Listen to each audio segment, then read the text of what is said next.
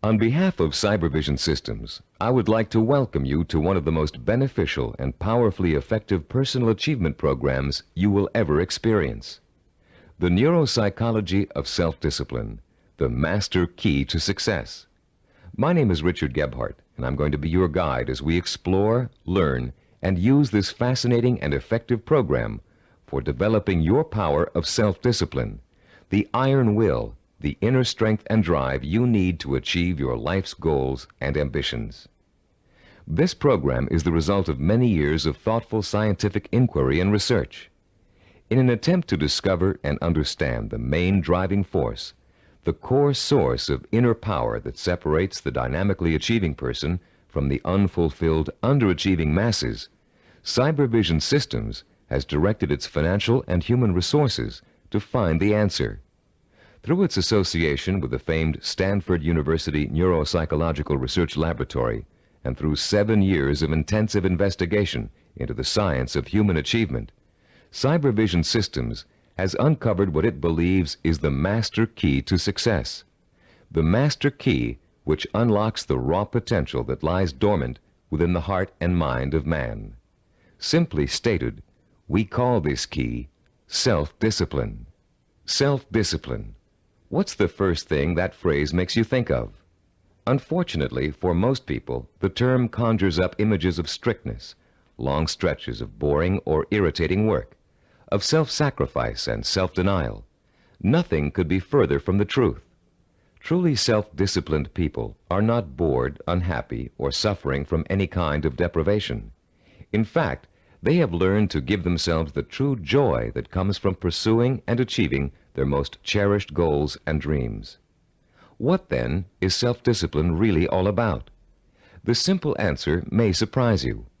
Self-discipline is your ability to systematically and progressively work towards a goal until you have reached it. It includes acquiring knowledge and skills. It's your ability to become positively obsessed, single-minded, and efficient, to strive without giving up, to work consistently day after day, week after week, and year after year until your purpose is fulfilled. Self-discipline is the power to say, this is what I really want in life, and this is how I'm going to get it. And if I have to give up some other things, I will, because it's worth it in the long run. To be self-disciplined, you must learn to develop the kind of obsession that glows like a beacon in a storm. You must learn to watch that light and steer your course towards it, no matter what gets in your way or how long it takes. Like a sailor, you must learn to use the skills that will point you in the right direction, and you must keep on using all your knowledge, skill, and energy to stay on course until you have reached your destination. Self-discipline is the single ingredient that makes success possible for anyone who dreams of achieving great things. Without it, there would be no Olympic gold medal winners, no great artists, musicians, or writers, no brilliant inventors, Grand Prix winners, or multimillionaires. Every person who has made an enduring success of his or her life used self-discipline to get there. If self-discipline is so effective, why don't more people have it? Unfortunately, we live in a quick-fix society where old-fashioned effort isn't appreciated. Nearly everyone wants to be an overnight success. People spend their money as soon as they make it to get instant gratification through material things. And then the same people wonder why they're not getting anywhere. The truth is, without paying the price and without making an effort, most people will fail at what they set out to do. It takes years of hard work and discipline to master a skill or craft. Years of putting in 7-day work weeks to build a business from scratch into a multi-million-dollar operation. Years of schooling and internship to get a medical degree and start a doctor's practice. And years of tempering and seasoning to become a prima ballerina. We all greatly admire successful artists, business people, and doctors, among others. But how many of us are willing to put in the years of work it took for these people to get where they are? The late Ray Kroc, the founder and guiding genius behind McDonald's restaurants, told a wonderful story about the contrast between the self-disciplined achiever and the wishful thinker in a speech he gave to MBA candidates at Dartmouth College. He said, I'm reminded of a story about the great pianist who gave a concert, and at the end a lady rushed up to him and said, "I'd give anything in the world if I could play like that." And he said, "No, you wouldn't." She could have if she wanted to. Anybody could. I know, as a piano player, that piano playing is mechanical to a great extent. But it's the dedication, the disciplining to practice that makes the difference. And when you're talking about a concert pianist, he has been practicing for years. Years of practice, several hours a day, every single day. Practice, practice, practice, practice. Sacrifice and discipline. That's what it gets down to. And so he said, "No, you wouldn't," meaning that what she said she wanted to attain, she wouldn't pay the price to get. To discipline herself to do the studying and practicing required to be a concert pianist. How many times have you heard yourself saying, "I'd give anything to be a doctor, or a lawyer, or president of a company, or a singer, actress, or dancer, if only I had the talent or the education or the intelligence"? The truth is, with a minimum of talent and average intelligence, you could be any one of those things. With a steady, sustained effort that never falters, never crumbles, and never gets lost in unimportant details, you can be anything you want. Many people believe that talent alone is the key to success. Talent might play its part, but it's not the difference. In every field of endeavor, millions of talented men and women with special talents are wasting away, contributing little to their own success or the good of mankind. And every day we see others who are less gifted, but who have accomplished more. Many believe that education is the key to success. Though it is a valuable aid, it is not the difference. The educated derelict is a common sight, and so is the man or woman who has achieved phenomenal success without the advantage of a formal education. And many believe that intelligence is the key to success. Even though a person with a high degree of intelligence is fortunate and possesses the raw materials to be successful, the relationship between intelligence and accomplishment is something less than balanced. Every day we encounter highly intelligent people who barely get by, and their opposite number, men and women of average intelligence, but superior achievements. The one quality which sets one man apart from another, the one key which lifts one to every aspiration, while others are caught up in the mire of mediocrity, is not talent, formal education, nor intellectual brilliance. It's self-discipline. With self-discipline, all things are possible. It's the closest thing you could have to a wish-granting fairy godmother. Without self-discipline, even the simplest goal can seem like the impossible dream. In America today, the greatest cause of failure is the lack of self-discipline. Lacking self-discipline, millions of American dreams turn to ashes. With lofty visions of success, many people don't know that it takes more than wishful thinking, shortcuts, gimmicks, and get-rich-quick schemes to achieve excellence.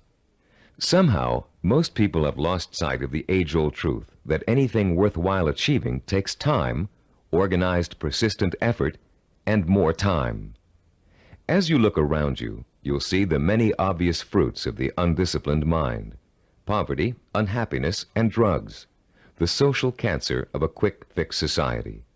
But it is the not-so-obvious, more subtle effects of the lack of self-discipline that we address here, the raw power and potential of talented and intelligent people that lies dormant, unchanneled, and wasted, untapped and unfocused because of the inability of these people to commit and mobilize themselves to a course of consistent action. The lack of self-discipline is the #1 killer of achievement in America. Successful people have one thing in common. They set their sights on a goal and work every hour of every day towards reaching it. They learned what they needed to do to reach that goal, and they found a way to do it. If it meant taking on an extra job, they took the job. If it meant going to school at night, they attended evening classes. If it meant working countless hours 7 days a week, they worked the hours. If it meant relocating themselves and their families, they moved. Success consists of self-discipline, and self-discipline consists of doing whatever you have to do for as long as you have to do it to get where you want to be. If you truly want to seek your fortune, You must develop the inner strength to relentlessly pursue your vision day after day, week after week, month after month, year after year, until it becomes a reality. And it will become a reality. Stop and think about all the things you wish you'd accomplished, the things you know you could have accomplished if you'd only had the self-discipline to pursue them. Would you have gotten more education? Practiced and practiced at your favorite sport until you had a chance of becoming a pro? Learned to read and write music and play an instrument? Study engineering so you could design and sell the ideas you're always dreaming up? Actually, there are things you've accomplished through self-discipline way back in your childhood. Just think, how long did it take you to learn how to walk? For how many weeks and months did you struggle to stand upright? How many bruises did you get from falling down? And how many times did you pick yourself up and try again? You learned to walk because, as a toddler, you became obsessed with learning to walk. You were determined to learn, no matter how hard it was at first or how long it was going to take. Every step you took was a small victory, and every time you fell down, it was just an excuse to start all over. Children are naturally self-disciplined because children believe that everything is possible. Children don't say, "I can't do it." Children say, "I want to do it."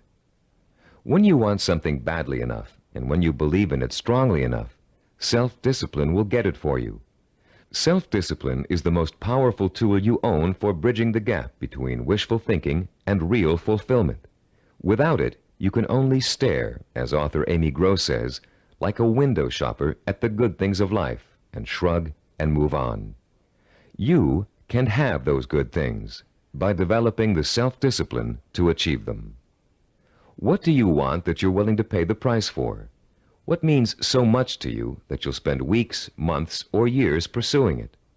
Start thinking about your most cherished dream, because with the power of self-discipline, you're finally going to be able to achieve it, and this program will teach you how.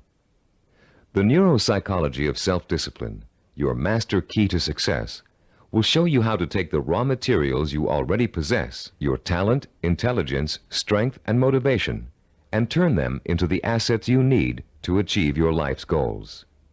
You'll learn how to gain the knowledge and skills that will set you on the path to success, and you'll learn to develop the kind of positive strength it takes to stay on that path until you have reached the very end. You may think it's impossible for you to develop the kind of self-discipline you see others using to achieve success. You may think you're too lazy, too scattered, too quick to give up. And that may be true of the way you're behaving now. But most people aren't self-disciplined because they never had a chance to experience the kind of joy and satisfaction that comes with mastering their own abilities and applying them to the one thing they really want in life. Once you get a taste of how intoxicating, of how free self-discipline feels, you'll be hooked on it for life. The neuropsychology of self-discipline is not the result of pop psychological and faddish theories, nor does it contain simplistic pablum-like success gimmicks found so often in many self-improvement programs. The neuropsychology of self-discipline program incorporates the breakthrough findings of one of the world's most respected brain researchers, Dr. Carl H. Pribram, director of the Stanford University Neuropsychological Research Laboratory, with the practical experience of Cybervision Systems' team of learning experts. Dr. Pribram is one of the most respected and renowned brain and behavioral researchers in the world. Trained as a neurosurgeon, Dr. Pribram has been conducting research into the brain and behavior for over 30 years. His pioneering work and discoveries have led to his being called the father of neuropsychology. Besides his responsibilities at Stanford, Dr. Pribram also serves as the Director of Advanced Research for Cybervision Systems. The neuropsychology of self-discipline incorporates two of Dr. Pribram's revolutionary discoveries. The first is his finding that our behavior is governed by images of achievement, and that without these images, we cannot mobilize and motivate ourselves to achieve our goals. The second is Dr. Pribram's discovery of how the human brain forms visual and sensory images and how these images affect our emotions, our power to commit ourselves to a course of action and see it through to the end with excellence through perseverance and persistence. Dr. Prebram's cutting-edge work lets us understand, for the first time, the relationship between thinking, sensing, motivation, and behavior.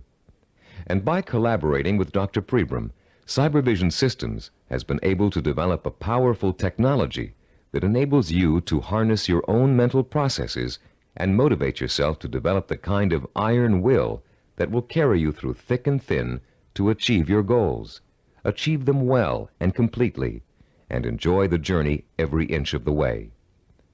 You don't have to be a scientist to understand, apply, and benefit from these principles. All of the complex research, development, and testing has already been done for you. We've turned Dr. Prebram's research results into a simple but powerful technology anyone can use to learn the beauty and joy of true self-discipline. Your Neuropsychology of Self-Discipline program centers around 3 points of organization. First, in Session 2, you'll be introduced to a description of 10 characteristics of goal-achieving, highly disciplined people. Countless hours of research and interviewing went into gathering this information, all to discover the tools these people used to develop and exercise their powers of self-discipline. These characteristics will become a model or benchmark that you will strive to incorporate into your life. By keeping these characteristics close in mind, you'll have an achievable ideal against which you can measure your own behavior and habits as you strive to acquire and make permanent the skill of self-discipline. The second crucial section of this program is what we call the Knowledge and Information section. In Session 3, you'll be systematically guided through the easy-to-understand and learn principles of Cybervision's power of self-discipline. You'll learn once and for all that the power of self-discipline is the master key to your success. Not only will you learn why, but you'll thoroughly understand, in depth, the power principles of self-discipline. The third, and to you the most important section of the program, is what we call Action and Implementation. In Sessions 4 through 10, you'll begin the actual process of becoming self-disciplined, of developing the core skills that will enable you to achieve anything and everything you desire. You'll start by learning how to determine exactly what it is you want to achieve in your life. You'll then learn how to select role models who have already achieved what you desire to achieve, and learn patterns of success from them. You'll discover how to transform those desires into emotion-provoking imaginary blueprints, sensory images rich in sight, sound, touch, taste, and smell, images that excite and stimulate your emotions.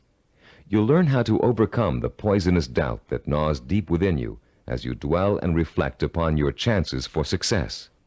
You'll learn how to determine the knowledge and skills you need to achieve your desire, and how to plan your time so that you can progressively achieve your goal over a sustained period of time. And you'll discover the principles of persistence, how to break through the barriers of time, how to keep going no matter how difficult, painful, or tiring it may be, until your dream is realized. Once you have mastered the principles of self-discipline, you'll discover that nothing, literally nothing, is impossible for you. You will feel like a lean, hungry lion who has just been set free from temporary captivity, proud, aggressive, and equipped with the instincts and tools of survival. Included with this program is a personal study guide.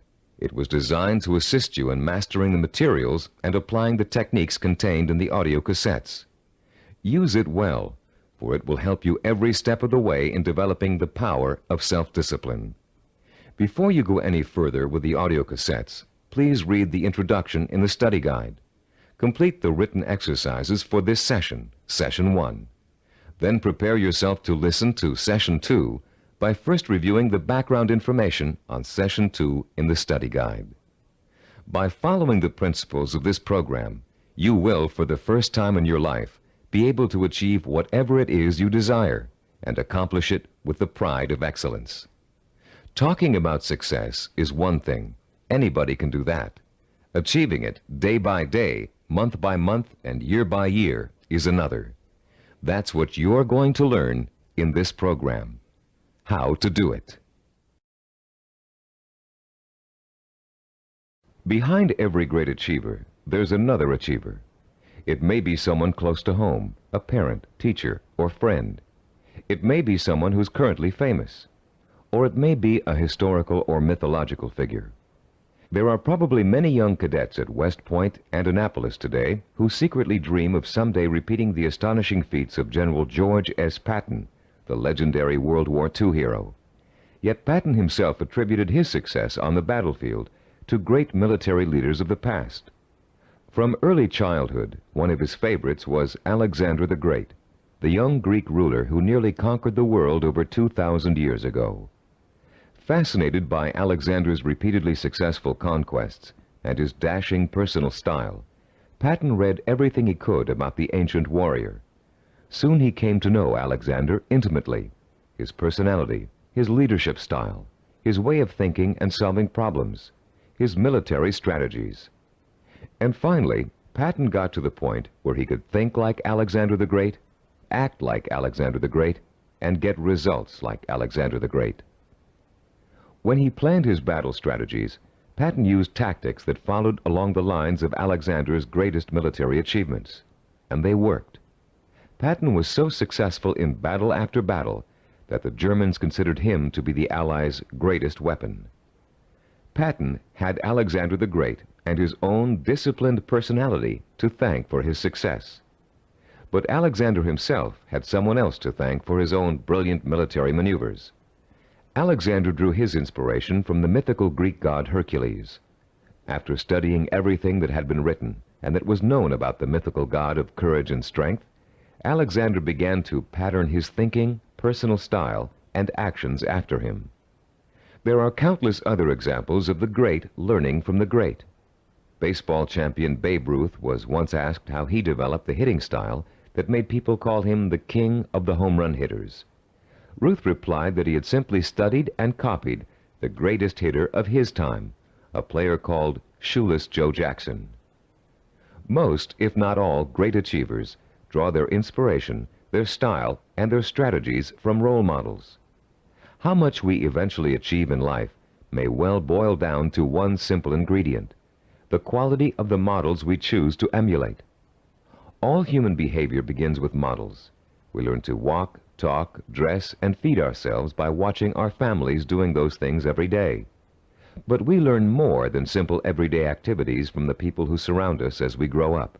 We also learn how to think and behave by watching the way they do. Some people have excellent role models, successful parents, or a family friend who has achieved far beyond the ordinary. But having a role model is just the first step toward becoming a disciplined achiever. You must use that model, make it a part of your own personality in order to succeed. This program will take you through the entire process, from start to finish. In this session, you're going to start by being given a role model of your own, a model of the disciplined, motivated achiever. You'll learn the 10 dominant characteristics of that model and be able to compare your own behavior to it. And you'll also learn about its opposite, the undisciplined underachiever, and why that person is destined to fail. Years of research have gone into the creation of this model.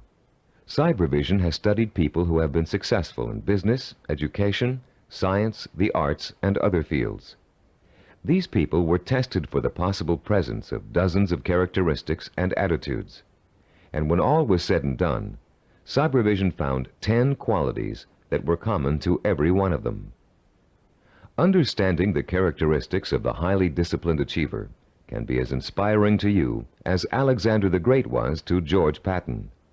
Together, they will form a living, breathing picture of the type of person who is highly self-disciplined and who gets things done.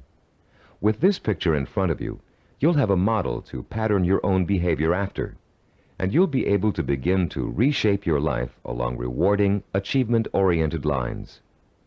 As you listen to these 10 characteristics, compare your own behavior to each one. The idea isn't to become discouraged because you're not living up to an ideal. Rather, concentrate on rating your strengths and weaknesses so you'll understand from the beginning what areas you need to work on the most. Recognize that, as a Chinese philosopher once said, the journey of 1,000 miles begins with a single step. You've already taken that first step, by acquiring and beginning to use this program. Now, let's discuss the 10 characteristics common among highly disciplined achievers. The first characteristic of a self-disciplined achiever is a strong, well-defined sense of purpose. The self-disciplined person knows precisely what he or she wants and will go for it, even if it means sacrificing other things in life to get it. Take Norwegian explorer Roald Amundsen, for example. In 1887, when he was a boy of 15, Amundsen read the story of Arctic explorer Sir John Franklin. He was so inspired by Franklin's adventures that he secretly resolved to dedicate his life to polar exploration. And since no man had yet physically found the South Pole, Amundsen set his sights on being the first. His mother had other ideas. She wanted her son to be a doctor and insisted that he attend medical school.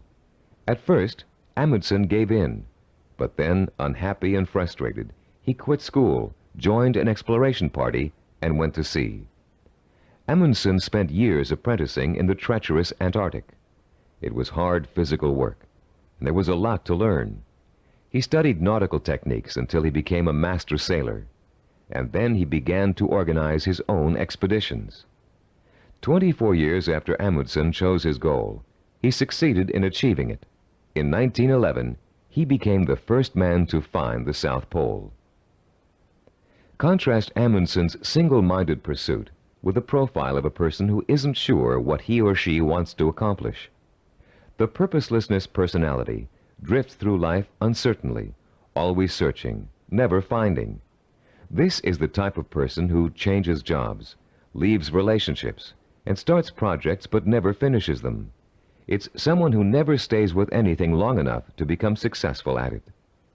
People today are becoming more and more afraid of commitments. They're afraid of committing themselves to one career. They're afraid of committing themselves to one relationship. They're even afraid to commit themselves to staying in one place for very long. They talk about leaving their options open. Ironically, these people are very much committed to failure, because without a sense of purpose, they can't apply themselves to any one thing, and without applying themselves, they can never succeed. Look around you, and you'll see 40-year-olds and 50-year-olds who are still jumping from job to job, from relationship to relationship, always searching for an answer somewhere. They'll never find it. The second characteristic of the self-disciplined person is that he or she seeks out and uses positive role models, often called mentors. Patton found and learned from Alexander the Great. Roald Amundsen got his inspiration from Sir John Franklin. To be self-disciplined, you must find a mentor who can inspire you with his or her own example of discipline. This person will instill you with a sense of real possibility, the belief that if he can do it, so can I. The person who has no self-discipline tends to identify with and tries to emulate people whose values are quick fix. The undisciplined think success can be achieved through gimmicks, luck, or who you know. For this reason, they actually distrust and resent the truly successful. They cannot bring themselves to admit that it takes hard work and consistent effort to reach a lifelong goal. Rather than working to get their own lives in order, these people blame their lack of success on bad breaks. They will always have bad breaks until they give themselves a break. The third quality that distinguishes the self-disciplined person is the strength of his or her imagination. Self-disciplined people use a goal-setting technique called sensory vision. Robert Kennedy's immortal words explain it very well. Kennedy, himself a highly disciplined achiever, said, "Some men see things as they are and ask, why? I see things as they could be and ask, why not?" The key to developing this kind of vision is learning to use your imagination in a clear, creative way. Once you've decided on a goal, you must learn to visualize the outcome with strongly detailed, sensory-rich images. You must learn to clearly imagine the rewards of success through sight, sound, touch, taste, and smell. The French have an expression, déjà vu, which means already seen. The self-disciplined, when they reach their goal, have this sense of déjà vu, because they have already been there thousands of times in their imaginations. You can be sure General Patton knew what victory felt like long before he fought his first battle. And for Roald Amundsen, reaching the South Pole must have felt like a homecoming. The great film director Alfred Hitchcock said that the actual process of directing a film was almost anticlimactic for him. By the time production started on each of his films, he had already visualized every single frame and every single camera angle so clearly in his own imagination that making the movie consisted of just going through the motions. Hitchcock began each project with a template of what he wanted clearly and firmly set in mind. Those who lack self-discipline also lack vision. They have only the vaguest images of goals they might, maybe, someday want to achieve. These people are quite capable of creating sensory-rich visions, but unfortunately, they tend to apply those visions to scenarios of failure rather than success. The fourth quality exhibited by the self-disciplined individual is what we call a positive sensory orientation. Achievers dwell on their own past accomplishments as proof of their ability to succeed. They won't admit to failure. In fact, it can truly be said that they don't know the meaning of the word failure. If things don't first turn out as planned, they just chalk it up to experience and keep on working toward their goal. Self-disciplined people are so eager to learn that they feel every bit of life experience just brings them closer to achieving success. They're not afraid to try new approaches if old ones don't work anymore. They never lose sight of their goal, but they're open to more than one way of achieving it. And this kind of positive attitude ensures that they will. Those who lack self-discipline waste precious time and energy dwelling upon past failures. Through a vicious cycle of negative reinforcement, they use those perceived failures as an excuse not to try again in the future. They develop a fear of failure, a fear of making the effort, and failure generates failure. If you're convinced you can't do something, you won't be able to do it. The characteristics we've discussed so far all add up to a quality called self-assurance. The self-disciplined have a strong gut-level belief in themselves and their ability to succeed that is truly unshakable. Deep down in their hearts, they know they can do it, and no one can convince them otherwise. When Christopher Columbus set out to find a new route to the West Indies, Europeans thought he was crazy. The world is flat, they told him. If you sail west, you'll fall off the edge and be devoured by monsters. But Columbus believed the world was round, and he stubbornly applied to every monarch in Europe until he found one who would finance his voyage to what turned out to be the New World. The disciplined achiever is fueled by self-confidence, but the undisciplined are hampered by self-doubt. This foreboding of failure haunts them in everything they attempt to do, and effectively slams the door shut on any possibility they might have of succeeding. The sixth characteristic that self-disciplined people share is their ability to plan and organize. The self-disciplined achiever knows how to take his or her goal and break it down into pieces that can be worked on one at a time. Priorities are set, and the important tasks are tackled at the beginning. This practical, methodical approach is the only way to achieve success, no matter what your endeavor. When Henry Ford designed the Model A, he had a goal in mind. He wanted every American to be able to afford to own a car, his car. But in those days, cars were hand-built, and the time and effort involved in making one resulted in a very expensive price tag. Ford knew he had to find a faster, cheaper way to build cars. So he patiently worked and planned out a radical new idea, the assembly line. Each person on the line would perform just one task, enabling them to perform it quickly. And an entire machine could be assembled in record time. People laughed and said it wouldn't work, but Ford had spent years planning it out in every detail, and it did work. The assembly line became such a success that other industries began to use it as well. One man's careful and patient planning launched a new industrial era. Contrast Henry Ford with the typical man on the street. His attention is scattered, and he's disorganized.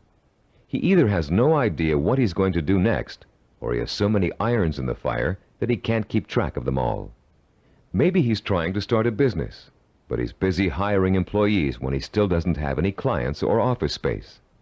Maybe he's decided to switch careers, but he's already planning how to spend all the money he's going to make, even though he's going to need 4 more years of schooling before he can begin to practice his new career. This type of person is wasting time and energy. Without a detailed game plan, and without following that plan as closely as possible until you reach your goal, you can spend your life floundering among half-started projects and missed opportunities for success. Many people think all you need to be successful is a great idea, but without planning, organization, and hard work, the most brilliant ideas aren't worth a dime. Which brings us to the 7th characteristic common to self-disciplined achievers: their ability to acquire the essential knowledge and skills they need to put their game plan to work. Achievers recognize how important it is to learn, and they're willing to make the necessary sacrifices to complete their own personal education. Sometimes this means going back to school. Sometimes it means spending weeks or months gathering information on a particular subject and talking to the kinds of people who can help. Sometimes it means taking a new type of job just to acquire certain skills. What it always means is a commitment to learning what must be learned in order to make a goal achievable.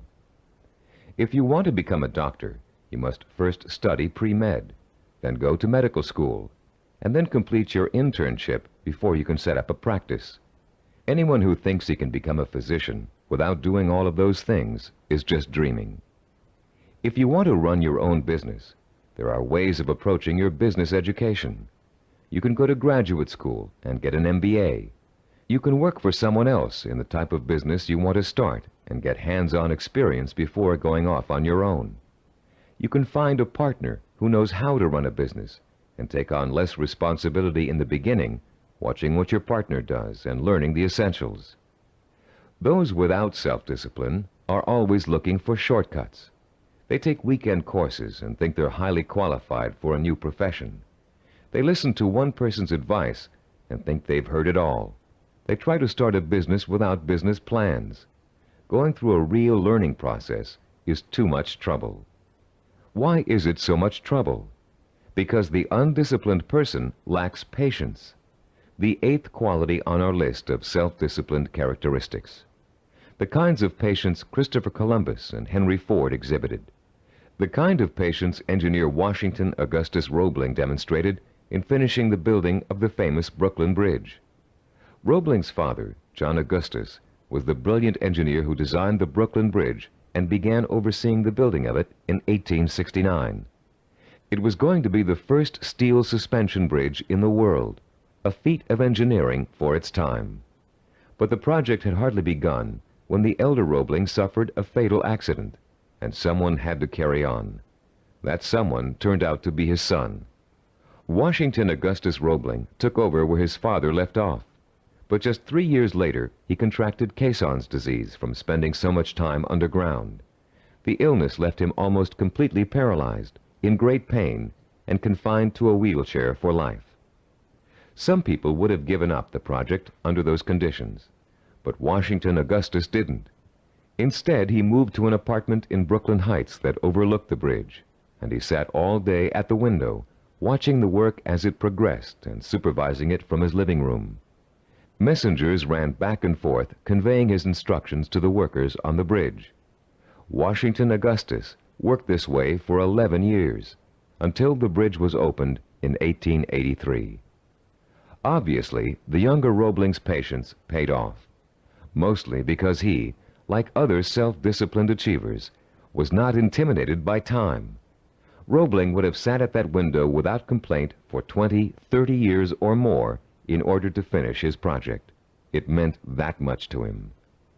Later in this program, we'll explore further the special relationship between the highly self-disciplined and time. For now, we'd like to point out that time becomes immaterial to those immersed in pursuing a goal.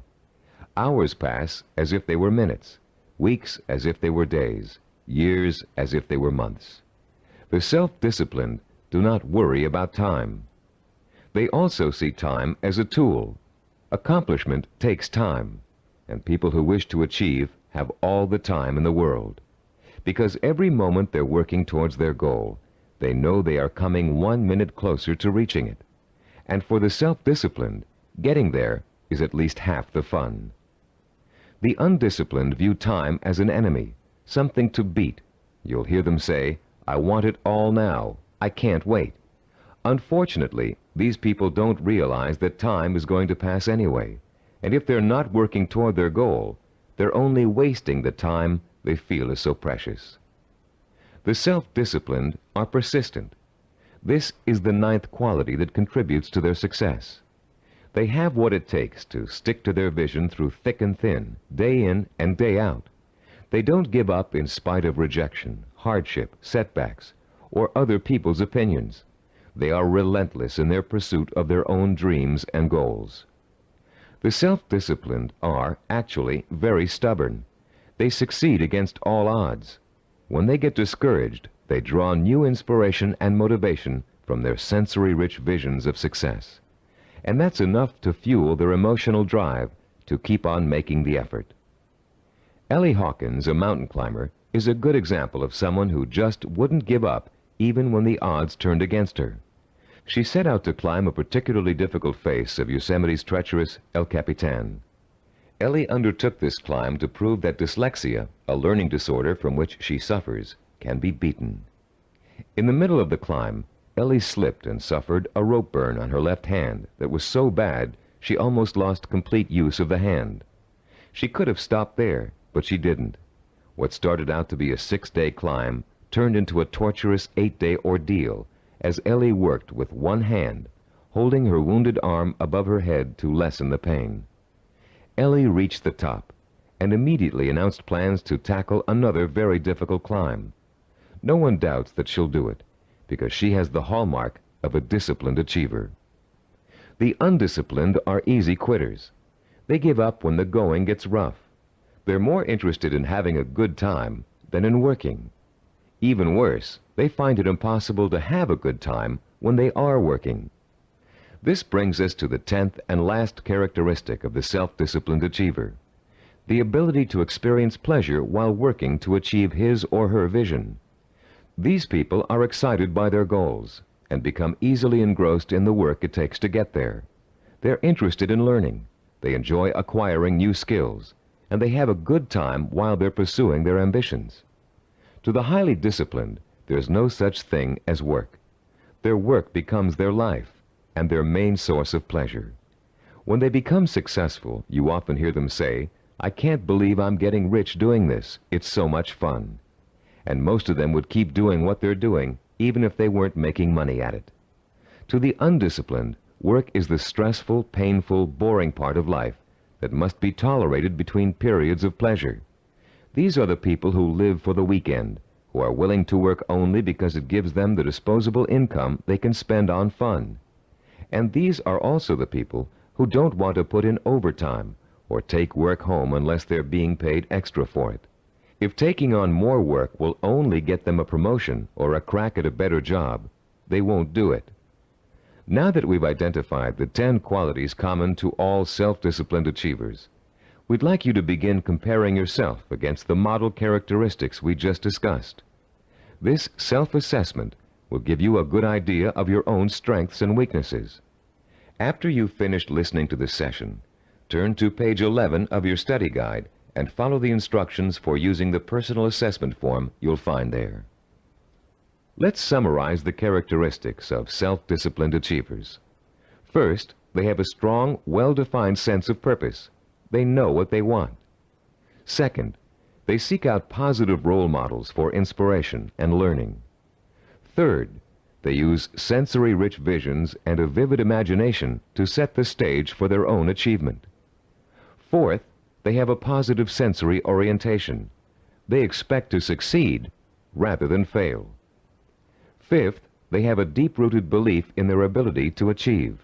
They are immeasurably self-assured. Sixth, they have the ability to plan and organize. They can break down what they want to achieve into manageable steps and set priorities that let them accomplish the most important things first. Seventh, They know how and when to acquire essential knowledge and skills. They're not intimidated by the thought of having to learn something new. Eighth, they have patience. The passing of time doesn't bother them. They'll keep working toward their goal for as long as it takes. Ninth, they persevere. They're stubborn, and they don't give up, even when the going gets rough. 10th, they view work as pleasure, because work is bringing them closer and closer to the realization of the goal that will be their final reward. Turn off the tape now and score yourself on the personal assessment form. When you're done, turn the tape back on.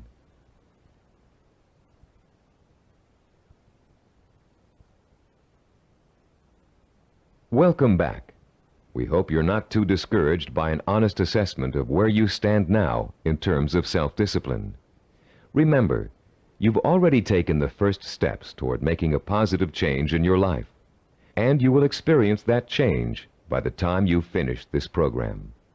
Nothing will be impossible for you once you develop and harness this inspiring and enduring power of self-discipline. And, as you'll soon find out, self-discipline is not so difficult to develop as you might think. As a matter of fact, using this program is going to be your first exercise in acquiring it. Already, you're on your way. In the next session, we'll explore the power behind the characteristics we've just discussed. You'll learn why they're so important in developing self-discipline and what they can do for you once you have them. And you'll be further along the road toward understanding and developing the one characteristic that will give you the power of success. After completing Session 2, you should now have a clear picture of your strengths and weaknesses as compared to the model of the self-disciplined achiever. Perhaps for the first time in your life, you're able to objectively see which of your attitudes and behaviors have been acting as barriers to developing the kind of self-discipline that will enable you to achieve your dreams and ambitions. Now that you have a better understanding of the 10 characteristics of the self-disciplined achiever, we're going to provide you with the scientific foundation for CyberVision's unique self-discipline program. In this session, you'll learn how recent scientific discoveries have made it possible for you to acquire, harness, and focus the power of self-discipline, the power to achieve whatever your mind and heart are set on achieving. That power is what sets achievers apart from the mass of ordinary people, people described by American philosopher and writer Henry David Thoreau as leading lives of quiet desperation. That power is what drove great achievers like Dr. Jonas Salk, Ludwig von Beethoven, Albert Einstein, and Mahatma Gandhi. But what does that power consist of? What is the force that motivates high achievers to sustain a long-term effort that might take 10 years, 20 years, or a lifetime to achieve? More importantly, if we can define and isolate such a force, how can you or I tap into it? The force exists, and it has a scientific basis. By the time you've completed the neuropsychology of self-discipline, you'll understand its origins, its strength, and its power. And you'll be armed with all the tools you need to stay in touch with that force in order to accomplish anything you set out to do. There are many self-improvement programs that, like crash diets, offer good short-term results but stop working after a few days or weeks. These programs tend to rely on one of 3 kinds of motivation. The first is evangelical. A powerful orator, we'll call him Speaker X, comes to town with promises to increase motivation and production after a single seminar or series of seminars. Perhaps your boss encourages you and your coworkers to go. Perhaps he even purchases a block of tickets. Meeting night arrives, you attend, and the speaker is indeed inspirational, as are the bells and whistles and songs and slogans that accompany him. It is a fever-pitched, emotionally charged experience that Speaker X has to offer. As he exhorts you to live up to your enormous potential, to work harder, better, and more enthusiastically, to use your talents, to use your mind, you feel power welling up inside you, and the people around you are feeling the same kind of power inside them. Yes, you're all saying, we can be more productive, we can have a better attitude, we can get ahead if we want to. The very air becomes charged with mass enthusiasm. The next day, you're at your desk a half hour early, and you work a half hour past normal quitting time. The same thing happens the day after. You start planning new ways to accomplish your work more effectively. You're feeling happier about the work you're doing. And for the next few weeks, it looks like you're getting more work done in less time than you ever have before. But soon, your enthusiasm begins to fade, and your pace starts to slow down. Even if you have the audio tapes of the speech, it's hard to recapture and sustain the original emotion you felt in the presence of an inspired speaker. And of course, you no longer have the kind of group excitement and energy you experienced the first time around. You're getting tired and bored. Your boss sees productivity fall after an artificial peak, and sure enough, when the next motivational speaker comes through town, we'll call him Speaker Y, there's the boss with another block of tickets in hand. This evangelical form of motivation may get short-term results, but it creates an unhealthy dependence on external hype. It's like a drug addiction. You need more and more of an artificial stimulant to reach the same level of false well-being.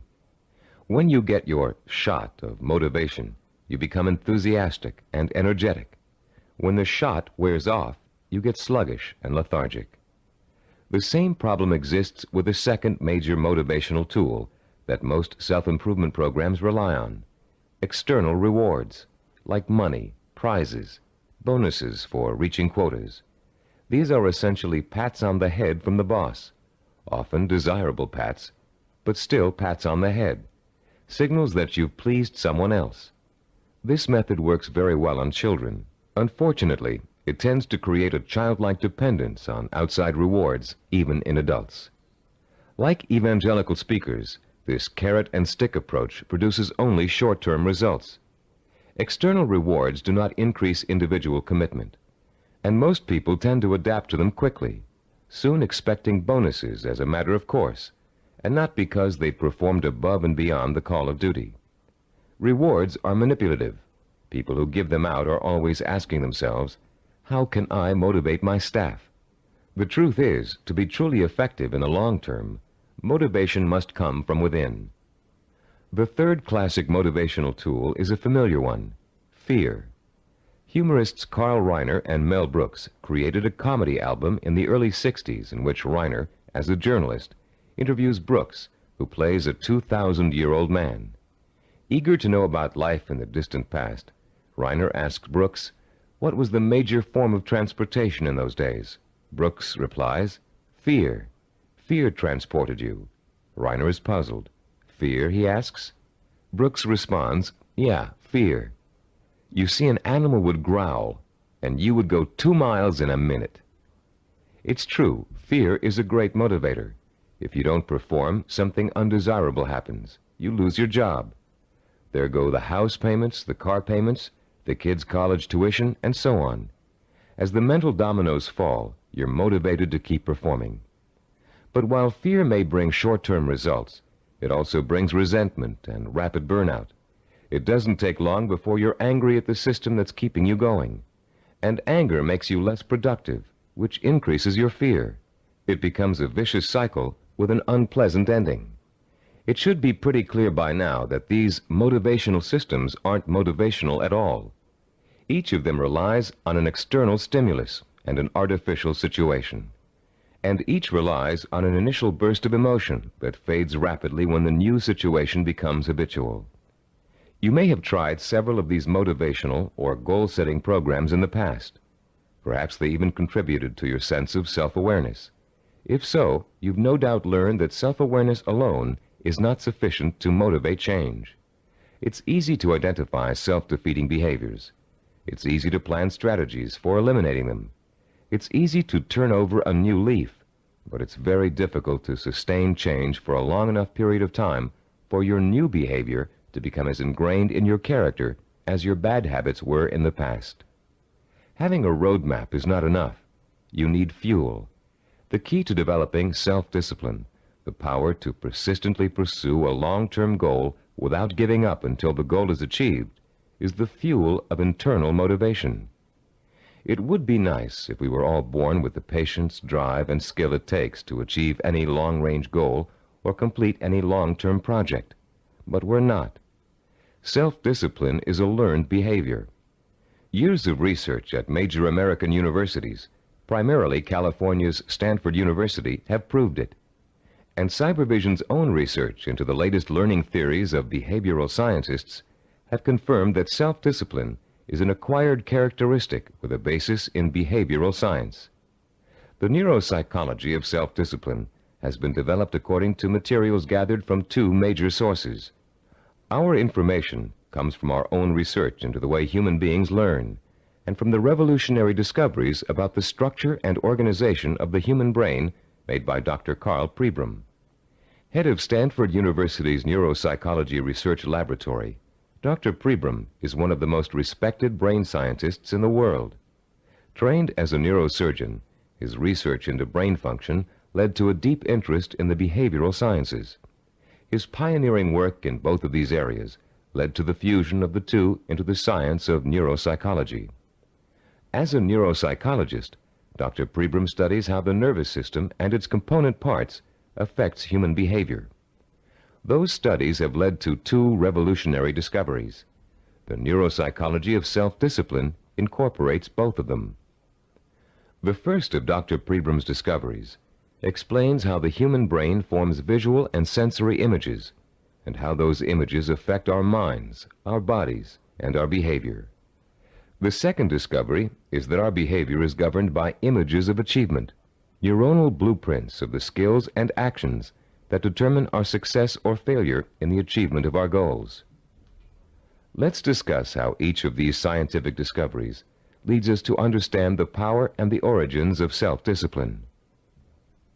Many scientists and psychologists have believed for years that the human brain barely distinguishes a real experience from an imagined one. Best-selling self-help books like Psycho-Cybernetics, Think and Grow Rich, and others have used this belief as their foundation for motivation and change. This idea has also been the cornerstone belief of people involved in metaphysics and the human potential movement. The idea that the brain cannot tell the difference between a real experience and an imagined one has never been scientifically proven until Dr. Pribram's research showed us that it is true. But Dr. Pribram's research did not prove that, as many people think, all you have to do is imagine what you want, and through the magical power of the mind, you will achieve it. If this were true, achievement would be easy. And as anyone who has tried to achieve a long-term goal will tell you, it is not. Put into its proper perspective, this concept of imagination is critical to achievement, but not because imagination possesses a magical power to attract success like a magnet. Imagination is critical to achievement because it evokes the power and emotion that stimulates and sustains the drive to achieve. The human nervous system responds emotionally to imaginary images rich in sensory detail, in sight, sound, touch, taste, and smell, as if they were real. In fact, the brain doesn't distinguish between sensory-rich imagination and reality. That's why the sight of a hand reaching for a murder victim on a movie screen can inspire the same terror, the same rapid heartbeat, and rush of adrenaline as a real threat does. You can perform a simple demonstration of how an imaginary image affects the body's responses right now. Close your eyes and imagine for a moment that you're holding a firm, ripe lemon in your hand. Now bring the lemon up to your mouth and slowly bite into it. As your teeth break through the peel, penetrate the skin, and sink into the flesh of the fruit, imagine the juice exploding into your mouth. What did you experience during this exercise? Did you develop a feeling of bitterness and distaste? Did you pucker up in response? Did you begin to salivate, as you would if you really took a bite out of a lemon? The feeling of bitterness is an emotional response, provoked by the imaginary sensation of the lemon juice being absorbed by the mucous membranes in your mouth. The buildup of saliva was a physiological response. Saliva neutralizes the acid level in lemon juice. You can create a similar response by imagining yourself biting into an onion. Rather than experiencing a sense of sourness and a watering of the mouth, your eyes will begin to burn and tear. This power of imagination to create physiological and psychological responses is crucial to the survival of the human species. The images of love and eroticism stimulate sexual response for reproduction. The image of fear stimulates the fight or flight response for survival. But our brain's ability to respond to images is a two-edged sword. The person who is dominated and controlled by emotional impressions becomes a victim of his own sensory images. These people act impulsively in response to their feelings. They have little control over their environment.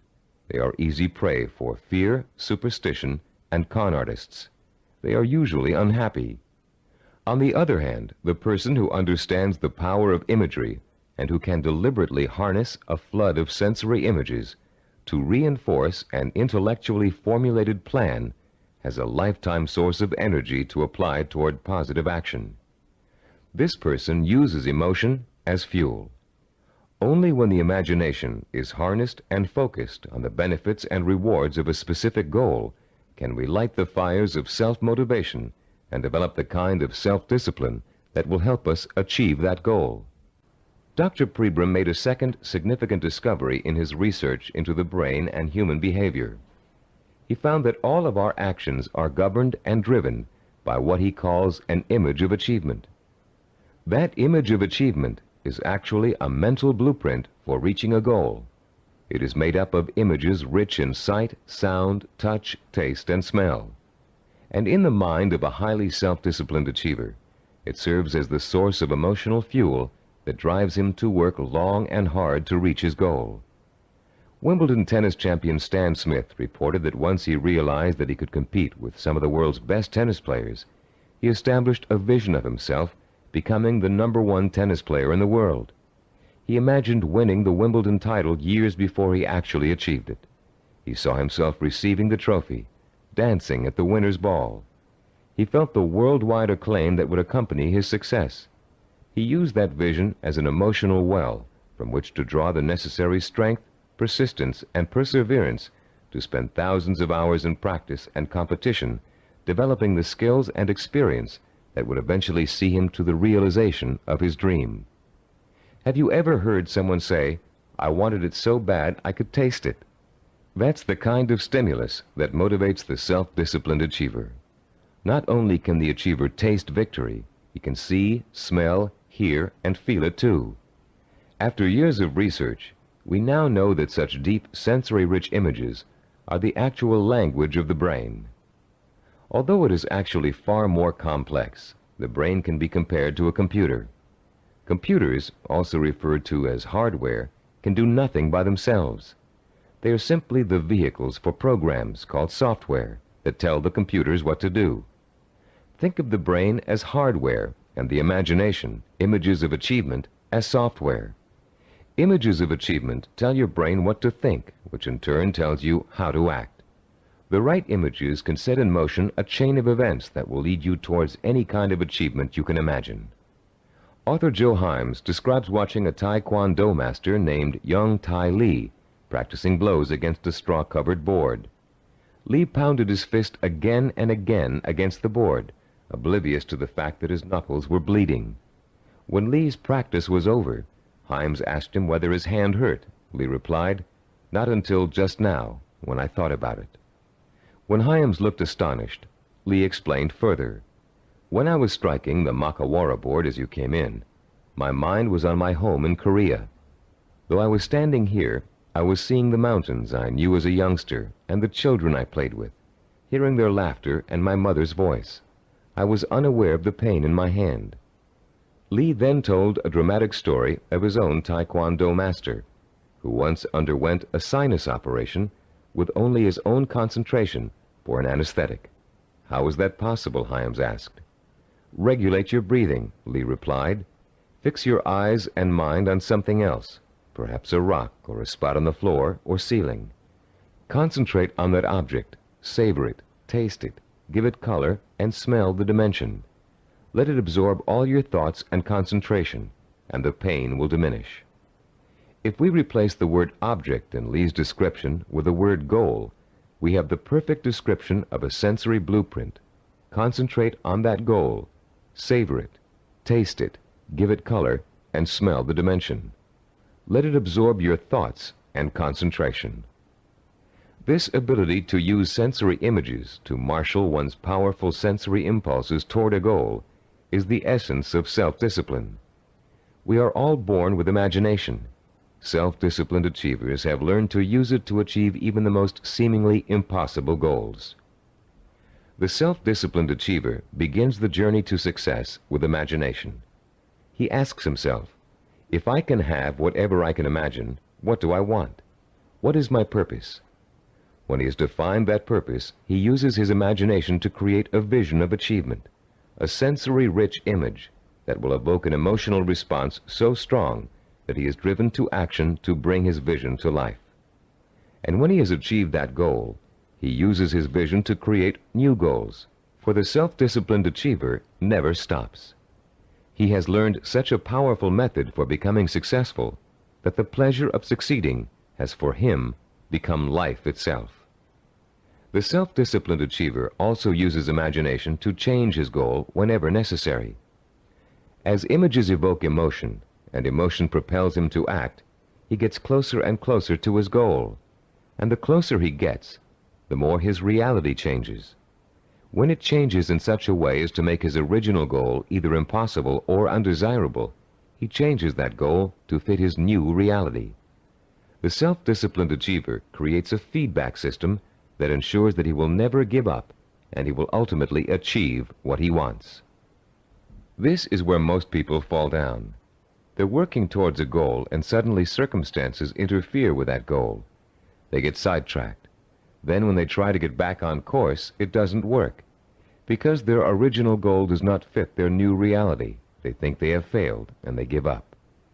In the same circumstances, the self-disciplined achiever uses his or her goal visualization as a reality check. If reality suddenly dictates that the original goal won't work, the goal must be altered to fit reality. The achiever has not failed. He or she has set a new course that will lead to success. Take someone who sets out to become an obstetrician. After 4 years of pre-med and 2 years of medical school, our self-disciplined achiever suddenly realizes that she's far more interested in becoming a neurologist. Should she drop out of medical school? Of course not. She'll simply switch her visual blueprint to another field of medicine and change her plans for where she'd like to intern after medical school. She doesn't think of herself as a failed obstetrician. She thinks of herself as a successful neurologist. Or take the businessman who wants to open up a retail store in his neighborhood. During the knowledge-gathering process of talking to other business owners, discussing loans and insurance with bank officers, and looking into buying franchises, he discovers that a retail operation won't really fit his particular talents or expectations. Instead, he realizes he's a perfect candidate for starting a direct marketing company. So he changes his vision and his direction to fit his new goal. For these people, the fire still burns, but the trial and error process of working towards their goal has led them in directions they wouldn't originally have thought to go in, and they will be successful because they're flexible enough to grow and change as their goals grow and change. The relationship between vision, self-motivation, and achievement can be condensed into an easy-to-understand 7-step formula for developing self-discipline. As we explain that formula, you can refer to your study guide and follow along as we talk about the 7 keys to self-discipline outlined in Diagram 3.1. The first step in developing the power of self-discipline is to create a purpose. You must define a cause to which you can wholeheartedly commit your time, resources, and energy. This cause points you in a direction. It gives you a reason for making the effort. It lights a small spark inside you that will soon begin to burn with emotion and drive. The second step is to find role models who have already achieved what you want to achieve. Study their life patterns, their methods and techniques for reaching their goals. Let their example inspire you, and realize that they are normal people just like you, but they are self-disciplined people. With the power of self-discipline, you can achieve as much as they have. With a firm purpose in mind and an exciting sense of possibility sparked by your role models, you'll find yourself developing a strong-willed emotional belief in your ability to succeed. The first small spark of hope is turning into a glowing ember of possibility. In the third step, you'll translate your feeling of possibility into a sensory-rich vision of success. At this point, with a vision rich in touch, taste, sight, smell, and sound in front of you, you'll make the leap from the possible, "I think I can do it," to the heartfelt, "I know I can do it." Your vision and your belief will fan the embers of conviction until they burst into a flame of emotion that incites you to action. This all-encompassing flame of emotion is the fourth step of the formula. It is what gives you the energy, the creative power, and the desire to single-mindedly see your vision through to its successful completion. Motion is the root word for emotion. The original meaning of the word emotion is, in fact, a moving, a stirring, an agitation, which is precisely what happens when belief in your goal catches fire. The fifth step in our formula is planning, the first bit of action inspired by your emotion. Through effective planning, you can identify and map out the steps you need to take in order to make your vision a reality. You'll figure out exactly what you need to do to accomplish your goal and how long it will take. And turning your vision into a concrete goal will further fuel the fires of emotion and action. Once your vision has become a plan, you must acquire the knowledge and skills necessary to implement that plan. This is the sixth step in the formula for developing self-discipline. No matter how difficult the learning process might be, you continue to draw inspiration and fortitude from your vision. And each time you master a skill, your confidence in your ability to achieve increases. The seventh and last step in our formula is what we call persistence and perseverance. Persistence is staying with your vision, seeing it through to its completion, no matter how long it takes or how difficult it is. Perseverance is persisting in spite of setbacks, disappointments, and hardship. Once you begin acting to achieve your goal, your drive to sustain the forward motion, to persist and persevere, is constantly fueled by the strength of your initial vision. And as you get nearer and nearer to accomplishment, the vision becomes more and more real. As your vision fuels reality, and reality fuels your vision, your drive to achieve begins working like a giant breeder reactor. You've put into motion a self-perpetuating spiral of vision, belief, emotion, motion, and reality. This formula for harnessing the essence of self-discipline will change your life. For the first time, science has given us the power to truly be able to change our own circumstances from the inside out, to understand what makes men and women overcome tremendous odds and obstacles to achieve greatness. For the first time, greatness is within the grasp of each of us. Through the understanding of the scientific principles that govern our thinking and behavior, we can, for the first time, program ourselves for success. In the next session, you'll begin to put the principles you've just learned into action. You'll learn a powerful sensory exercise which will let you determine your true goal. And once you've taken that vital first step, you can begin the exciting journey of action that will propel you towards the ultimate achievement of your heart's desire. At a recent workshop based on the neuropsychology of achievement, Cybervision President Stephen DeVore was asked an interesting question by a young corporate product manager. Mr. DeVore had been outlining the principles of goal setting when the product manager said, "You know, there's one problem I haven't yet solved. We talk about opportunities and goals, but there are so many opportunities to choose from, so many different directions we can go. How do you figure out exactly what you want to go for? How do you focus in on one choice among so many?" This session addresses that very problem, the problem of finding a purpose, and it isn't always easy. We live in a free society filled with opportunities for anyone who wants to take advantage of them. It's wonderful to have so many choices, but sometimes it makes choosing what you really want to do, your purpose, even more confusing than ever. Still, there are ways to narrow your choices down, and this session will show you how to do it. Through an exciting and powerful 4-point exercise, you're going to learn to pinpoint what it is you want most in life, out of all the things you may think you want. It will take some effort, some soul-searching, some creative thinking, and the outcome may surprise you. By the end of this session, you'll have chosen and defined what we call a macro purpose. The term macro means large or inclusive. Your macro purpose is equivalent to what creative people call the big idea. It's your main desire, your real purpose in life, your reward for hard work and effort. It's going to become your very reason for existing. Besides defining your macro purpose, in this session you're going to learn what micro purposes are and how they're used. Micro purposes are the stepping stones to your macro purpose. They consist of all the things you need to do to achieve your most important ambition.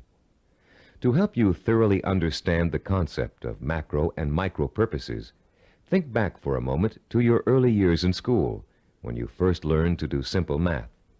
Remember what a struggle it was to understand how to add, subtract, multiply, and divide? Numbers seemed a mystery to you back then, and you may have thought you'd never learn how to perform the most basic math functions.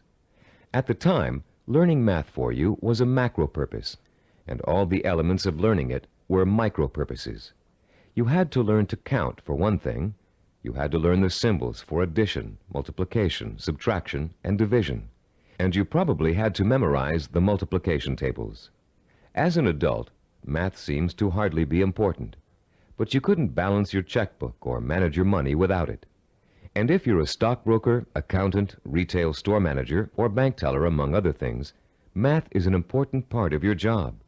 So math was a micro purpose that helped you launch your present career, your macro purpose.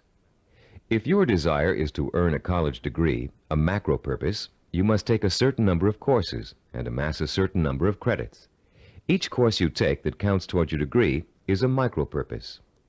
But if you want to be a doctor, earning a bachelor's degree by itself is only a micro purpose. You still have to attend and graduate from medical school and complete an internship, more micro purposes, before you can be licensed to practice medicine. As you can see, macro and micro purposes change according to your stage in life and what you want to accomplish at the moment. A teenager may enter college with no clear idea of what he or she wants to do except finish school, the macro purpose of the moment. But by the third year of school, that student may decide on a career that requires additional schooling and a period of apprenticeship. So finishing school becomes a micro purpose, a stepping stone to a rewarding career. But macro and micro purposes don't just apply to careers or lifelong goals. Setting a macro purpose and determining what micro purposes are necessary to achieve it is an excellent way to help you accomplish any goal, no matter how large or small. It's a logical and creative process that lets you organize your thoughts and actions to make your goal clearer, more rational, and easier to achieve. Just imagine for a moment that you're stranded alone in the wilderness on a freezing winter day. It's late afternoon, and there's no hope of rescue before the next morning. Somehow, you have to figure out a way to survive the bitter cold night, your macro purpose. Your micro purpose is keeping warm, and right off the bat you can think of 3 ways to do this. The first is to put on some more warm clothes, but you don't have any, so that choice is out. The second is to find shelter, but there's none in sight, and you don't have the time or the tools to build anything before nightfall. The third is to light a fire and keep it going through the night. Since the woods around you are filled with dry logs and kindling, this looks like a real possibility. But you don't have any matches, and as for rubbing 2 sticks together to start a fire, it never worked when you were a child, and you doubt that it will work now. There has to be another way. Looking around you for another solution to accomplishing your macro purpose, you notice a sliver of broken glass on the ground, and there's still enough sun left for you to be able to feel its warmth. Picking up the glass, you hold it so the sun's rays can penetrate its surface and focus on a dry stick of wood underneath. In 10 minutes, the stick is burning. But your ordeal isn't over. After the fire is lit, you have to gather enough logs and kindling to last through the night, another micro purpose. And then you have to force yourself to stay awake all or most of the night to make sure the fire doesn't go out. In the course of this harrowing experience, you've chosen a macro purpose, staying alive, and defined all the micro purposes that went into it. And if you succeeded in accomplishing all of the micro purposes, you also achieved your macro purpose. You survived. Defining your life's purpose and the steps you must take to achieve it may not be a life and death matter, but the principle works the same way. By the time this session is over, you'll have a macro purpose, a clear understanding of what to focus your energy, talent, and intelligence on. And you'll be able to light your own inner fire and feed it with a life-enriching, emotionally compelling purpose. And purpose, as we've noted, is the starting point from which self-discipline and achievement spring. Your first step in determining your macro purpose involves something everybody loves to do: play. You've already learned how important enjoying work is to the highly self-disciplined. To these achievers, work and pleasure are synonymous. Now you're going to get a taste of how easily this can happen. For the next few minutes, I'm going to ask you to work and play as you engage in a process called limitless wishing. Start by closing your eyes and relaxing. Imagine that you're on a beautiful, deserted beach, walking barefoot in the sand. A soft breeze is keeping you cool, and you're enjoying the sound of the waves splashing rhythmically against the shore. As you stroll along the water's edge, you see an object in the near distance that's half buried in the wet sand. The waves splash over its surface, then recede, leaving it exposed to your curious eyes. You wonder what it is, and you start to walk a little faster so you can reach it before it's engulfed by the next wave. In a couple of minutes, you're standing over it, still not sure what it is. It's metal, somewhat round, and looks like an old lamp. You dig your fingers into the wet sand and pull it out. There's an inscription on the side of the object, but you can't read it clearly. You begin to rub some of the sand away from the oddly shaped letters. Suddenly, the lamp begins hissing, and it releases a cloud of what looks like steam or gas. Frightened, you drop it, but you continue to watch what the lamp is doing out of curiosity. Slowly, before your very eyes, the cloud begins to assume human shape, and soon you're looking up at the largest person you've ever seen. When it speaks, its voice is rich and kind, and its message is amazing. The genie thanks you for releasing him from hundreds of years of captivity inside the lamp, and according to the hospitality of his people, he offers you a reward for helping him. You have only to name 5 wishes, he says, and they will be granted. You can ask for anything, he tells you, as long as it is specific and humanly possible to achieve. At first, you refuse his offer, but as he continues urging you to accept, you begin to realize that no, you aren't dreaming, and yes, you really can have your 5 wishes. The possibilities start dancing before your eyes. Think long and hard about it. What are the things that will turn your life around and make you truly happy? What is it you secretly wish for, day in and day out, every day of your life? Take your time in deciding. This is too important for you to rush over. You may change your mind about your first choices after you've thought about it some more. When you do make your final selections, write each one down in the space provided on page 18 in your study guide. Start each wish with the term, I want, and write it in clear, specific language in the present tense. Turn your tape off now and decide what you will wish for.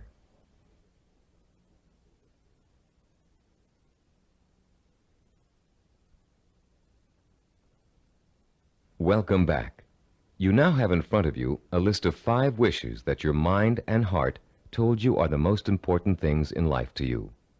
Now, with a little imagination, you're going to create a scenario in which each of these wishes is fulfilled.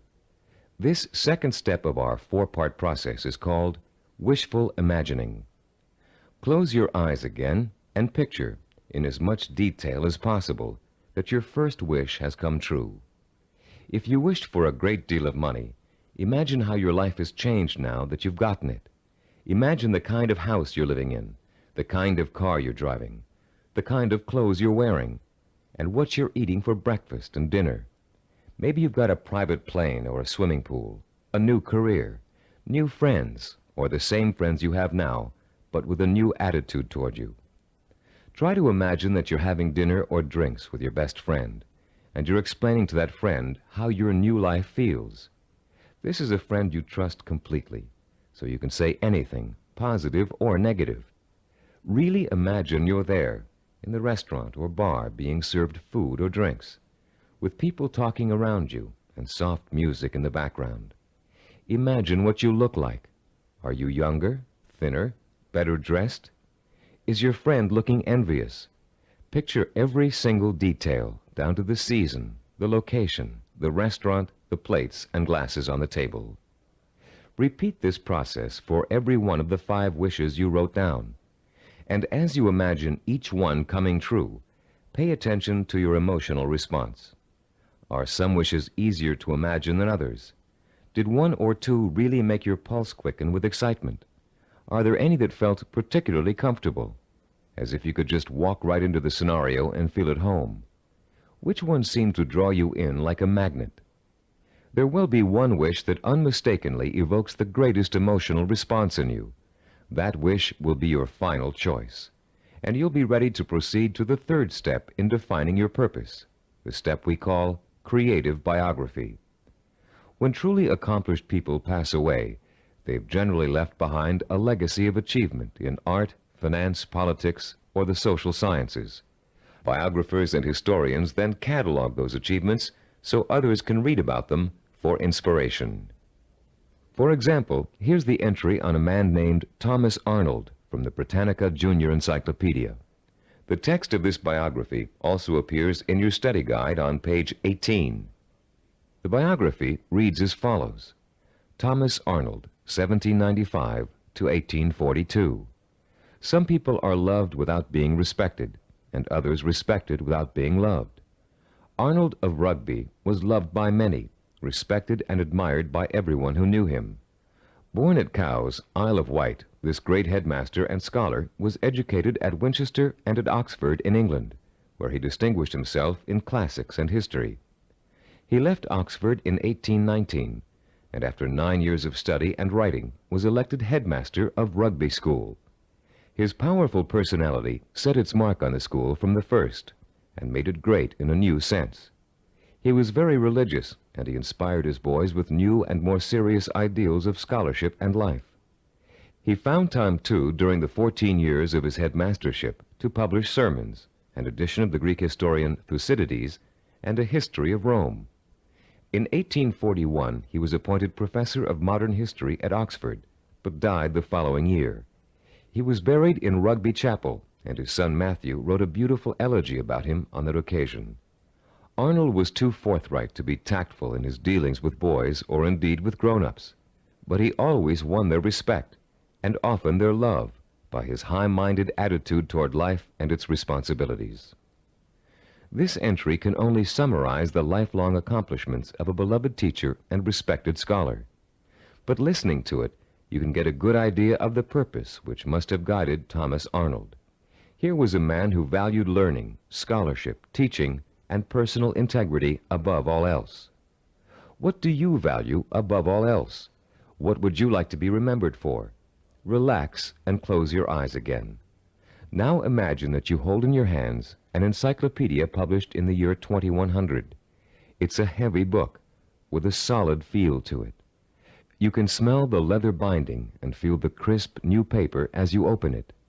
Find the section that begins with the first letter of your last name. Then turn the pages slowly as you search for the entry that gives you the details of your life. There it is, suddenly, clear as a bell. Your heart beats just a little bit faster as you see your name in bold-faced type. Now you're burning with curiosity. Did they include the most important things about you? Are your most cherished accomplishments in there? Did they understand the purpose behind the things you did? You begin to read the entry to find out. Yes, it's all there. Your birth date and hometown, the schools you went to, where you lived. And then the words that describe your highest achievements, your contributions to society. Savor the words as you read them. Let them form a clear picture in your mind of the kind of person you were and what your purpose in life was. When you've finished reading your own biography, turn off the tape and write down what you just read in the space provided on page 19 of your study guide. Don't leave out a single detail. Make sure you paint a vivid picture of the self-disciplined achiever who worked so long and hard in pursuit of a single purpose that he or she ended up deserving an entry in such a distinguished publication. When you've finished writing your own biography, please turn the tape player back on.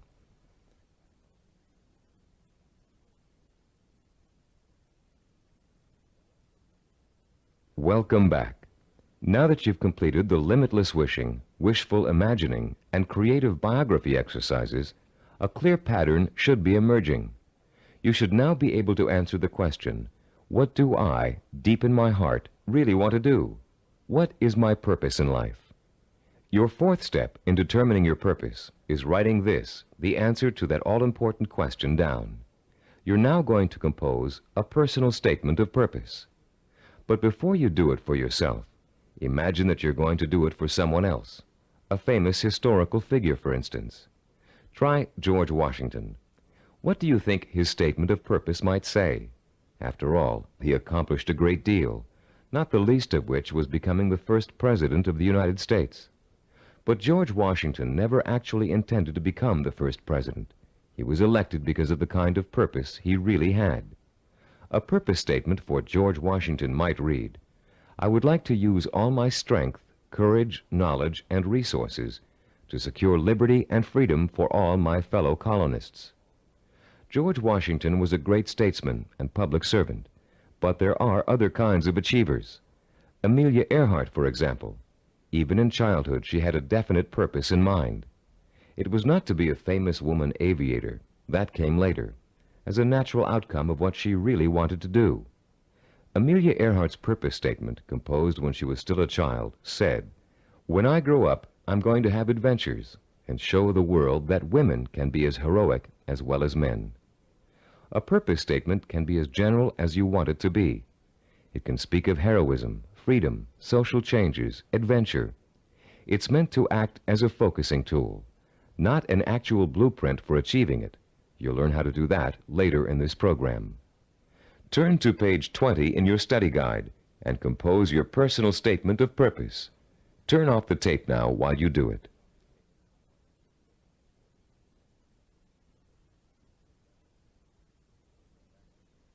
Welcome back again. You've come a long way in this session. You've learned to use limitless wishing, wishful imagining, creative biography, and a statement of purpose to narrow down your options and make a final choice about where you're going to focus your efforts. You've just used this four-part process to make a major decision about what you really want to accomplish and achieve in your life. But you can use it again and again, anytime you feel it's necessary, to aid you in making any kind of decision, from the smallest to the most important. This process works equally well for macro and micro decision-making. Whether you know it or not, you're now well on your way to becoming a self-disciplined achiever. You've learned to use one of your richest natural resources, your intuition and imagination. You've discovered what it is you really want to achieve and have written it down as a statement of purpose. You've laid the solid foundation upon which the power of self-discipline is built. We'd like to congratulate you on what you've already accomplished. In our next session, you're going to learn how role models can inspire and teach you to achieve your lifelong ambition. In Homer's The Odyssey, one of the oldest surviving epic poems in the world, there is a character named Mentor. A wise and practical man, Mentor kept everything running smoothly at home, while Odysseus, the hero of the tale, went off for 10 years to have adventures. Mentor played his role so well and gave such wise and true advice that his name has become part of the English language as a representation of what he stood for. The American Heritage Dictionary defines a mentor as a wise and trusted counselor or teacher. This session is about mentors. Few achievers can ever reach their goals without them. Mentors provide you with the kind of inspiration, motivation, and example that can make the difference between achievement and failure. Mentors help you to develop the belief that anything is possible. And mentors allow you to learn through modeling, that is, emulating the person you'd like to be. In ancient civilizations, mentors were revered. In the 18th century BC, there lived a wise Babylonian king named Hammurabi. One of his greatest achievements was developing and drafting mankind's first set of civilized laws, known today as the Code of Hammurabi. This king was so wise that one of his laws required all men of learning and craftsmanship to pass on their knowledge and skills to the young through examples their students could follow. Hammurabi realized that without modeling, no civilization would last very long. There have been many changes in the past 3,800 years, but one thing has remained the same. Without modeling, learning and achievement are not possible. It is a rare person who can forge a new path in society without consciously or unconsciously imitating someone that came before him. It is a rare artist who develops a new style without first having worked in the style of a master he or she has always admired. But actual skills aren't the only thing you learn through modeling. Values, attitudes, and behaviors are also passed on from mentors to students. And whether you realize it or not, you've been a student of behavior all your life. As an infant, your eager mind quickly grasped everything that was going on around you. You watched and later imitated what your parents, siblings, friends, and teachers were doing. If you had good models, models of integrity and achievement, most likely you grew up to be an achiever yourself. But if your models reflected apathy or failure, you probably grew up to imitate many of the self-defeating and negative behaviors you witnessed in your early years. Most of us had models who could best be called middle of the road. Your parents may have had specific skills and abilities they were proud of, but fell short of being a good example to you in other ways. An older brother or sister may have possessed exceptional talent in an area where you couldn't possibly compete. As a result, you've probably been instilled with a mixture of negative and positive attitudes about yourself and your abilities to succeed. It's time for you to develop the kind of positive outlook that is critical to developing self-discipline. It's time for you to throw off the cloak of self-doubt and realize that when you acquire self-discipline, you have what it takes to achieve your goal. It's time for you to use that self-discipline to develop the knowledge and skills you need to achieve. And in order to do all those things, it's time for you to find mentors who have already accomplished what you want to achieve. You're no longer a helpless infant who can't pick and choose good models to learn from.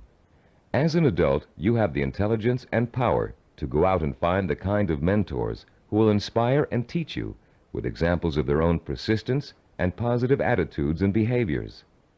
By the time we finish this session, you'll know how to find your own personal mentors and use them to their fullest ability.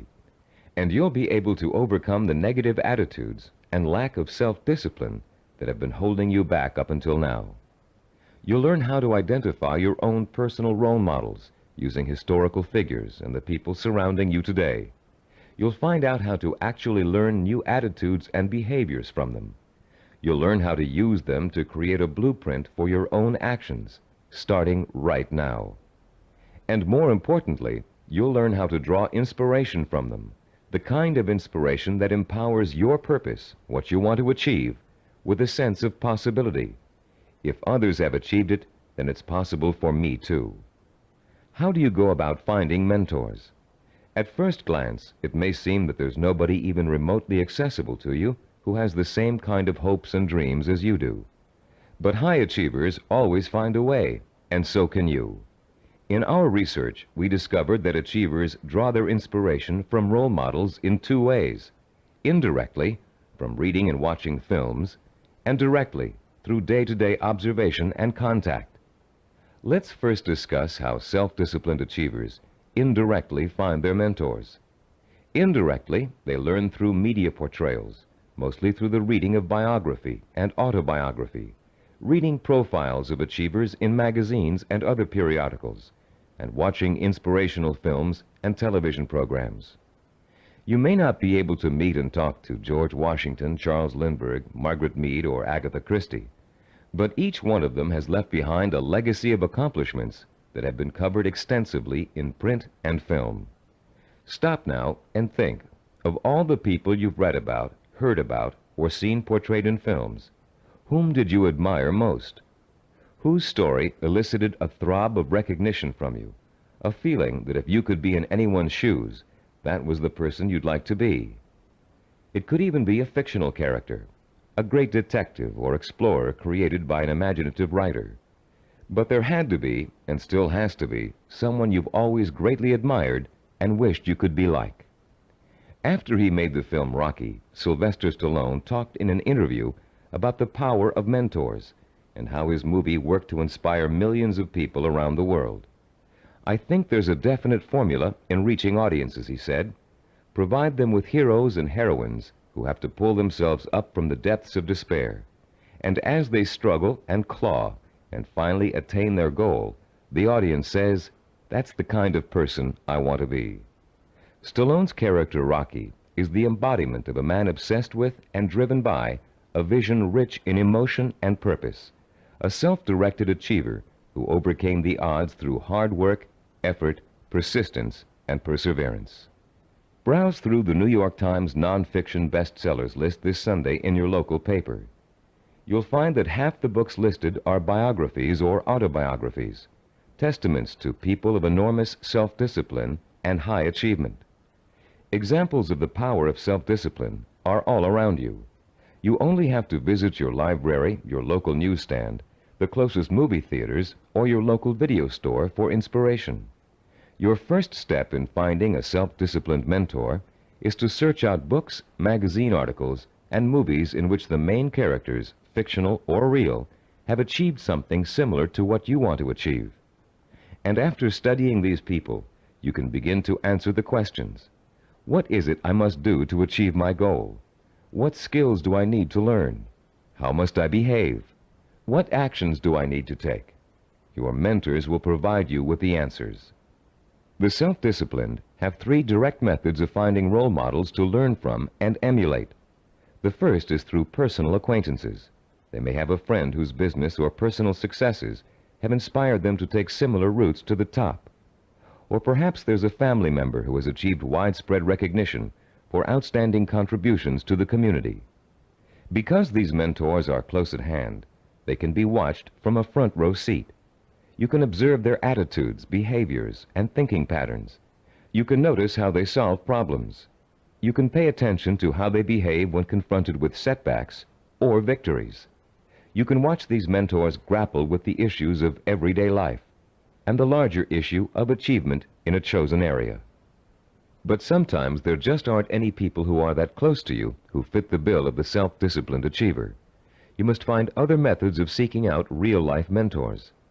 The second way self-disciplined people directly find mentors is through what is commonly known as networking. Networking consists of building relationships with the people who can introduce and expose you to positive role models. Networking is not to be confused with social climbing. The primary motivation of the networker is to learn as much as he can from as many successful people as he possibly can. The main benefit from networking is the quality of the contacts you can establish. Contacts that will create greater opportunities and put you in the mainstream of successful, self-disciplined role models. The third source of finding models directly is apprenticeship, learning directly from a master mentor. The concept of apprenticeship may seem old-fashioned in a world of computer-assisted learning and mass public education, but most of the high achievers we studied apprenticed themselves in some fashion to a mentor who could pass on his or her skills through intentional, personalized learning. Apprenticeship is extraordinarily common in the arts, trade crafts, business, medicine, law, politics, teaching, and sports. Leaf through any encyclopedia and notice how many of the achievers profiled learned their skills under the tutelage of a master mentor. Some people are obvious masters of their craft and easy to pick as mentors, but sometimes it isn't so obvious, especially when it comes to business or professional achievers. How can you choose among several possible candidates? How can you pick the person who is most likely to provide you with the inspiration and example you need? In Session 2, you used an assessment form to compare your own behaviors, habits, and thought patterns against the 10 positive characteristics of the self-disciplined achiever. On page 25 of your study guide, you'll find a similar form that you can use to identify the strengths and weaknesses of prospective mentors, with instructions on how to use it. Put this form to work for you as you seek out that special person who can help you achieve your most cherished dreams and goals. When choosing a mentor of any kind, pay particular attention to how he or she developed the knowledge, skills, and abilities it took to reach his or her goal. Was there special schooling involved, particular reading materials, an apprenticeship with a mentor of his or her own, carefully sought-out teachers? How many hours did your mentor work every day toward achieving his or her goal? Also, pay close attention to your mentor's way of thinking. Be sure to choose someone who handles stress and pressure well, someone who responds to difficult problems by coming up with creative solutions, someone who loves what they do but still finds time for important personal relationships. The highest achievers work hard but are not workaholics. They still find time to enjoy their friends and families. Look for a mentor who has learned not to waste time and who has mastered the art of juggling a heavy schedule while staying calm and in full control. This will be an important trait for you to imitate, and find someone who neither capitulates to everyone around him, nor is so arrogant he won't listen to the opinions of others. You'll want to learn how to listen well, and then make your own decisions.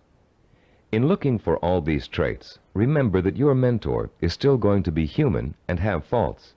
This is one of the most important things you can learn about your role model. In spite of great success, wealth, and the admiration of friends, family, and the community, he or she makes mistakes just like you. Rather than being disappointed in your mentor, you should rejoice over his or her human failings, because those failings mean that anyone can succeed just as they did. If it was possible for an imperfect person with one all-important goal in life to make that goal come true, you can do it as well. At Cybervision Systems, we've developed a number of sports training videocassettes that use a new and revolutionary learning technique. These videocassettes feature some of the world's greatest athletes, highly self-disciplined achievers who have won world championships and Olympic gold medals. And in the casual conversations we've had while working with these athletic stars, each one has revealed that he or she had a mentor whose skills, attitudes, and behavior served as an example of how to achieve. One of the things that struck us during these conversations was the fact that most top athletes were just as intimidated as you and I might be the first time they met their role model heroes, for lack of a better word. The idea that a major league ball player of undisputed talent might be quivering like a school kid in the face of their lifelong hero made us feel pretty normal, actually. I think we all feel a sort of psychological barrier when it comes to measuring ourselves against our role models. But as the athletes we talked to discovered, that barrier can be overcome quickly and easily. Each of them described the eventual realization that came from playing on a team with a personal hero or from riding the same pro circuit. The realization? As Olympic gold medal skier Jean-Claude Killy put it, everybody puts his pants on one leg at a time. What each of them realized was that they too could easily perform like the role model they idolized. The idols, viewed close up, turned out to be as ordinary as the worshipers. They realized how great an opportunity they had to learn from their hero. Discovering that their idols were human and fallible, they began to believe deep within their hearts that they could equal or even surpass their idols' accomplishments. Though the role models you choose have developed tremendous strengths that have made them successful, they also have many weaknesses. Renowned fiction writer Ray Bradbury, for example, who was first published when he was in his teens, will never win the Monaco Grand Prix, or even a race to the local supermarket. Why? Because he never learned to drive a car, a skill most of us acquired long ago without thinking about it twice. A friend of ours who was independently wealthy, a local politician, a publisher of fine art books, and a world traveler, Wears finely crafted boots with all his clothes, even his business suits. Is it part of his personal style? Yes, but his close friends know his secret. He never mastered the bow knot. This much-admired man literally cannot tie his shoes. Recognizing how human and fallible your mentor really is, demystifying your role model, plays an important role in boosting your confidence in your own ability to succeed. If a man who cannot tie his shoes can become a politician, a publisher, and a self-made millionaire, what couldn't you accomplish with the same ambition and drive that got him where he is?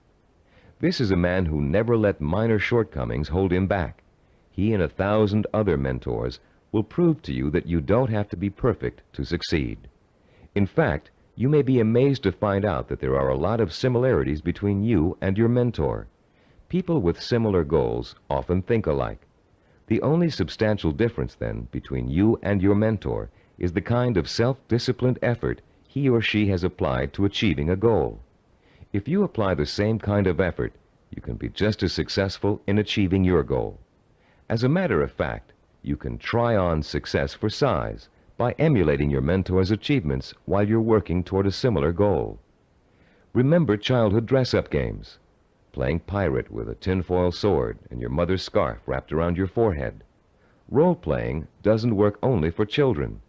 It can give anyone who's striving to reach a particular goal a template to follow for achieving that goal. Hunter Thompson, who broke new ground in journalism in the 1970s with his gonzo style, picked up much of his technique by imitating one of the greatest writers in the English language, Charles Dickens. Thompson literally sat down and physically copied Dickens by hand, letting his mind and his muscles get used to Dickens' rhythm and style. Hour after hour, he copied Dickens' prose, word for word. And Thompson went on to become a successful and popular contemporary writer. The great 19th century psychologist and philosopher William James contended that if you want to acquire a positive habit or behavior, simply act as if you already have it, and you will. James was aware that the human nervous system is incapable of distinguishing between a physically real experience and a vividly imagined one, which means that once you select your mentor, all you need to do is act just like that person in order to be just like him or her. Remember General Patton? He acted just like Alexander the Great, and he won battle after battle against the Axis. What about Babe Ruth? He imitated shoeless Joe Jackson and went on to achieve much greater fame than his role model. Or perhaps you've heard of a fictional character named Bunker Bean. Bunker Bean was a timid, weak boy, raised by his parents to think he would always be a failure, and he was. He failed in school, he failed with his friends, he failed in everything he attempted, until one day Bunker Bean ran into a fortune teller who told him he was the reincarnation of Napoleon and was destined to achieve great things. Bunker Bean was shocked out of his usual apathy by this revelation. Going to the library, he took out every book he could find on the legendary Napoleon Bonaparte. He bought posters of Napoleon and hung them up all over his room. And as he studied about the emperor, whom he really believed was his former self, he began to imitate Napoleon's habits, attitudes, and behaviors.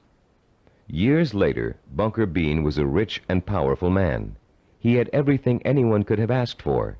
Running into the fortune teller one day, he thanked her for changing his life by telling him about his former self. And to his astonishment, she laughed and told him she had lied to him years before, just to get his money. He wasn't the reincarnation of Napoleon after all. Bunker Bean was crushed. But since he had spent the many years acting like his role model, he found he couldn't shake the habits of success he had acquired. It was then that Bunker Bean realized that everyone is born with the potential to be a great achiever, if they can only believe they are. You don't need a fortune teller to set you on the road to greatness. You do need to find a mentor, study that mentor, realize his or her strengths and weaknesses, and start imitating the behavior that made your mentor the success he or she is today. If you were an actor preparing for a starring role, you'd spend months studying the script, learning your lines and rehearsing your part over and over again until you knew it inside out. Only then would you have the knowledge, skills, and confidence to to make a glorious debut. If, as Shakespeare said, all the world's a stage, then finding a mentor is your way of choosing your own starring role. For a while, as you closely observe your mentor and learn the script, you'll be just an understudy. But then, one day, the stage will be yours. Acting as if has remarkable suggestive power. In a book called The Wind Walker, which was made into a powerful film, an aged blind Indian spends his days teaching the ways of warriors. Sitting late at night, reflecting on the day's lesson and the children's reactions to it, he recites a poem to the heavens, part of which goes, "And did you not see the glow of their faces when he called them men, when he called them warriors? And is it not so that we become most quickly the persons we think we are?" And later, this passage appears. He was making the children feel important, that one day they could be important. That was the way of a teacher, of a true man. Once you select your role models and learn about them and from them, you, like the young Indian children, should feel important, so that one day you will be important. This power of importance you draw from role models is really the power of possibility. Once you learn about your role models, their strengths and weaknesses, they become real and human to you. You stop worshiping them and begin to believe that you can become like them, or even surpass them. Once you make this realization, then your purpose becomes more real, more possible, and the fires of desire, fanned by the sense of possibility, begin to burn deep within your heart. And then, and only then, can you successfully begin the process of working persistently and progressively toward your vision and purpose.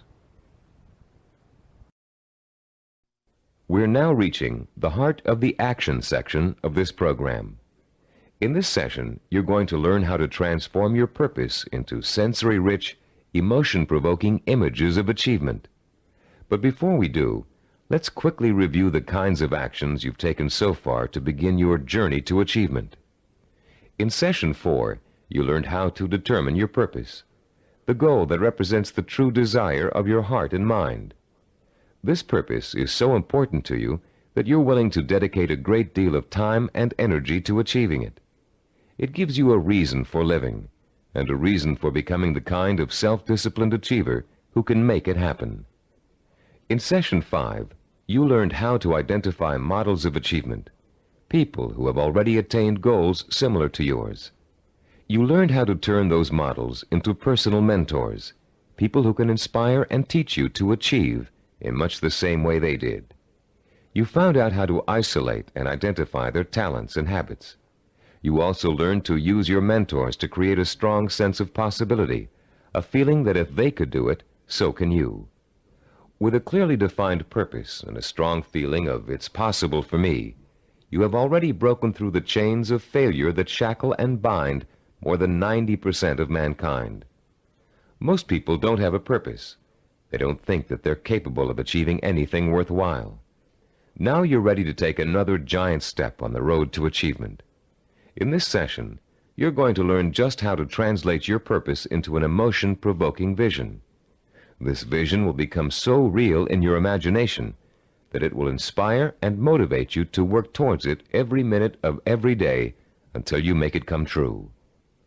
What we call your vision of success is a clear, sensory-rich, highly detailed mental picture of what you want to achieve and the rewards you'll experience as a result of its achievement.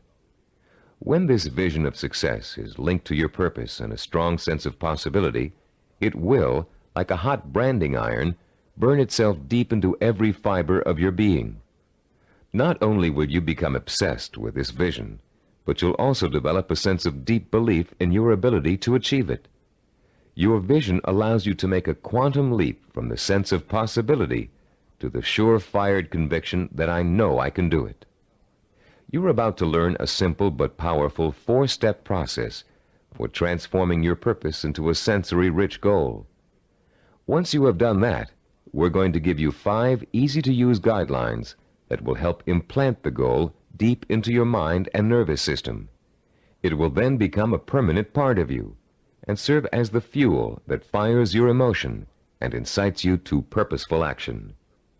Let's now begin to learn about the process of sensory goal setting and how you can use sensory goals to develop what we call a magnificent obsession, a burning desire to achieve your purpose. The first step you must take is to translate the statement of purpose you developed in Session 4 into what we call a sensory goal statement.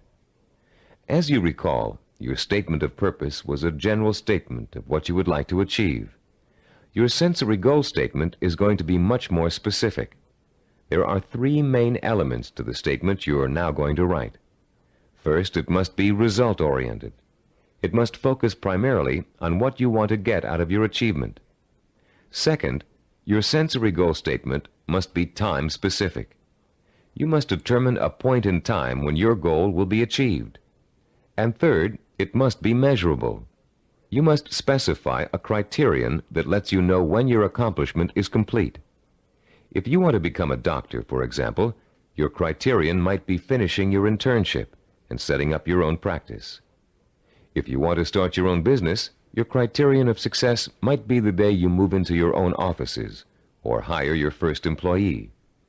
Having a measurable goal gives you the motivation to work towards a specific end. It also lets you measure your progress along the way and take corrective action if you're moving off target. This sense of having a concrete reality to work for, combined with an actual time frame and a result to look forward to, fuels your drive and compels you to work persistently and systematically toward the ultimate success of your endeavors. Let's quickly look at a few examples of how a statement of purpose can be translated into a sensory goal statement. Let's say your statement of purpose reads, "I want to help cure disease." Your sensory goal statement might read like this: "In June of 1989, I will receive a medical degree." If your purpose is to become your own boss, then your sensory goal statement might read, "In January of 1987, I will open up a retail store of my own." If your purpose is to run a marathon, your sensory goal statement might read, "In June of 1986, I will enter the Boston Marathon and complete the 26-mile run in under 5 hours." Now turn to page 29 of your study guide and look at Form 6.1. There's a space there for you to write your goal statement down. Take a moment now to compose and write your sensory goal statement in the space provided. I'll pause for a minute while you do this.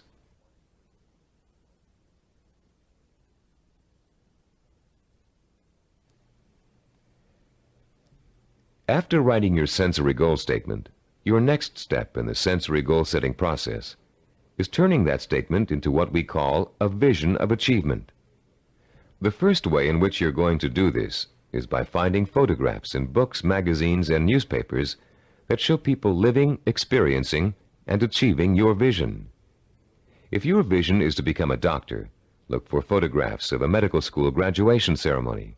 Find pictures of doctors involved in research.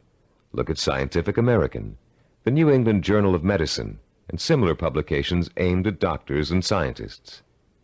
If your vision is to be your own boss, find photos of people who own successful businesses.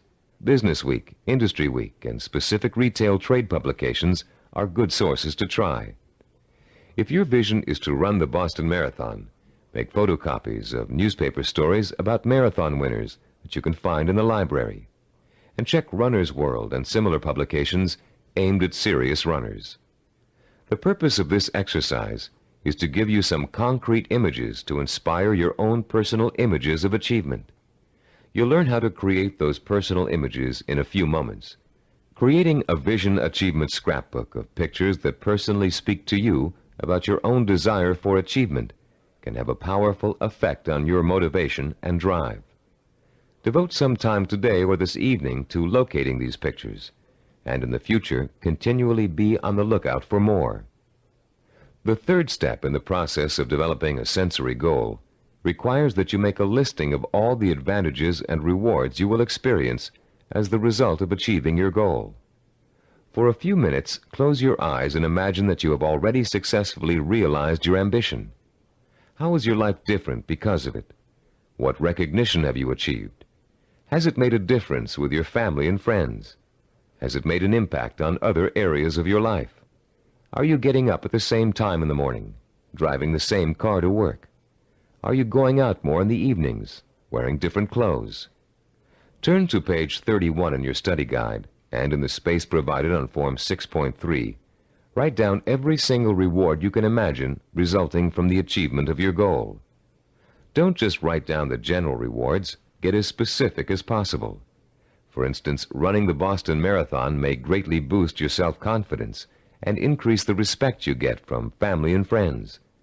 But training for it will also get you into superb physical shape, meaning you'll have more energy, more stamina, more drive. You'll look better, feel better, sleep better, and do a better job at work.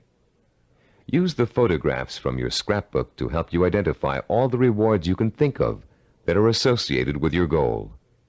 And when you're finished writing them down, you'll be ready to translate them into a vision that will stimulate your emotions, provoke your desire, and incite you to positive action. Close your eyes for a few moments and imagine that you have just achieved your goal. Where are you? What do you see around you? Are you indoors, outdoors, in your own home, at the office? Who are you with? Notice every tiny detail of your surroundings, including the texture of wallpaper, the color of the sky, the faces of the people you're with, the clothes they're wearing. Pretend you're going to have to draw a picture of this scene in a moment, so you really need to focus in on every little item so as not to forget it.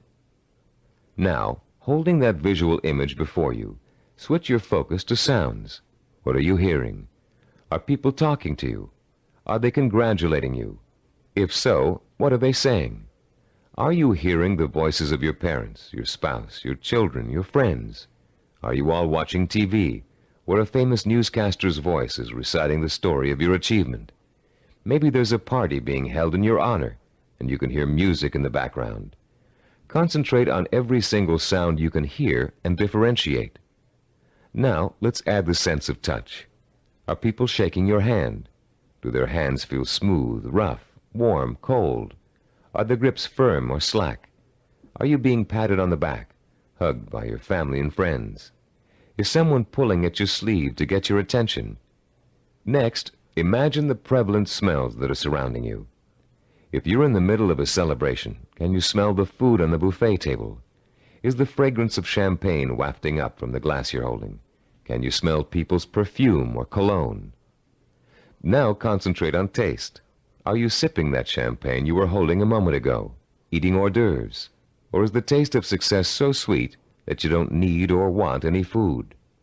Finally, what are you feeling emotionally? Pride? Satisfaction? Maybe you're feeling relief that the hardest work is behind you. Maybe you're feeling the power of your new position. Perhaps you're feeling the exhilaration that comes with knowing that having achieved what you did, you can now achieve anything. You might even be feeling humble, having come face to face with weaknesses you never knew you had during the long, hard effort to reach success. After you have awakened all of your senses to the sight, smell, taste, touch, sound, and feeling of success, turn to page 32 in your study guide and complete Form 6.4, entitled The Sensory Vision Worksheet.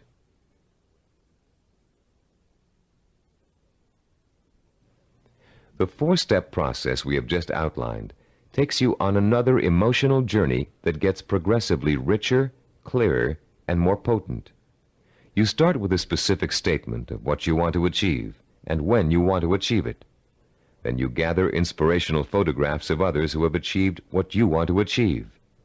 You imagine and list the rewards and benefits you'll experience as a result of achieving your goal. And finally, you bring these three steps together into an imaginary scenario rich in sight, sound, touch, taste, smell, and emotion. This scenario is your vision. It is the driving force behind all of your thinking and activity. The more intense and more detailed your vision is, the more emotional power it will pack.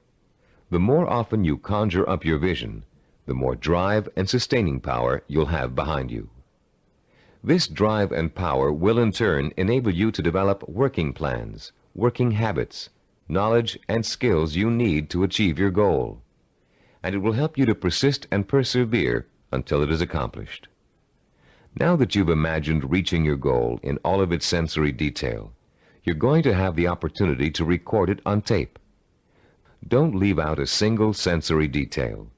The richer your description, the more powerfully it will affect your ability to keep striving to reach your goal, day after day, week after week, month after month.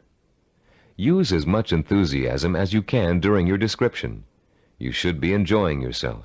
After all, it's your vision of success you're describing. After you've finished recording, play back your description and listen to it carefully. Did you falter in places? Were there things you couldn't describe fully? Did it sound as if you didn't quite believe what you were saying? If the first version of your story doesn't satisfy you, erase it and create another one. Do this over and over until you have a version that completely satisfies you. It should be highly detailed and utterly convincing. And if, along your path to achievement, you find your goal changing shape or form, just record a new version that better fits your new goal.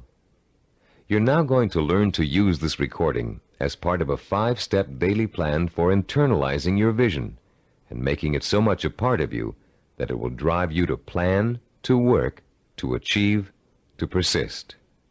Your first step will begin early in the morning, soon after you wake up.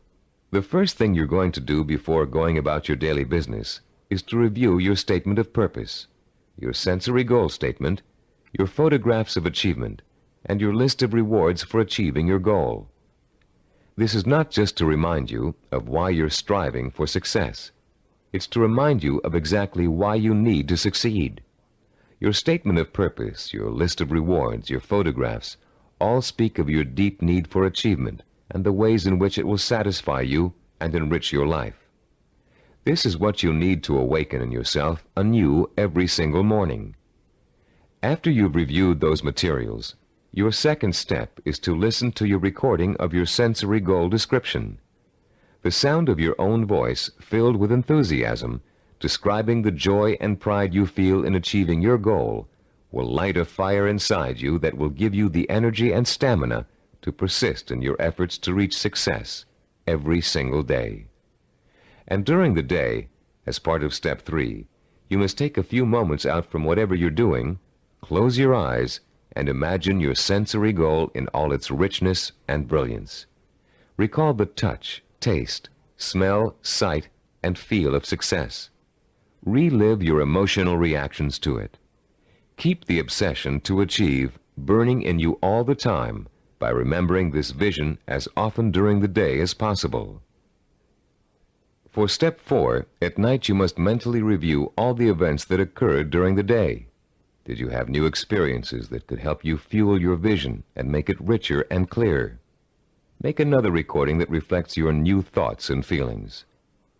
Step 5 consists of listening once more to your sensory goal description before going to bed. And as you're falling asleep, play your sensory-rich scenario of achievement over and over again in your head. This 5-step plan will refuel and reinforce your motivation for achievement, and it will help to give you daily feedback on how well you're progressing toward your goal. But remember, there will be setbacks and mistakes along the way, and there will be readjustments in your thinking and planning about what you want to achieve and how you want to achieve it. You'll find yourself adjusting your course just as you adjust your steering wheel while driving on a winding road. This is to be expected, because there is no effortless path to achievement. For this reason, we suggest you record your vision over again at least every 2 weeks. That way, it can keep pace with your daily experiences and changes in outlook. You've come a long way in this session.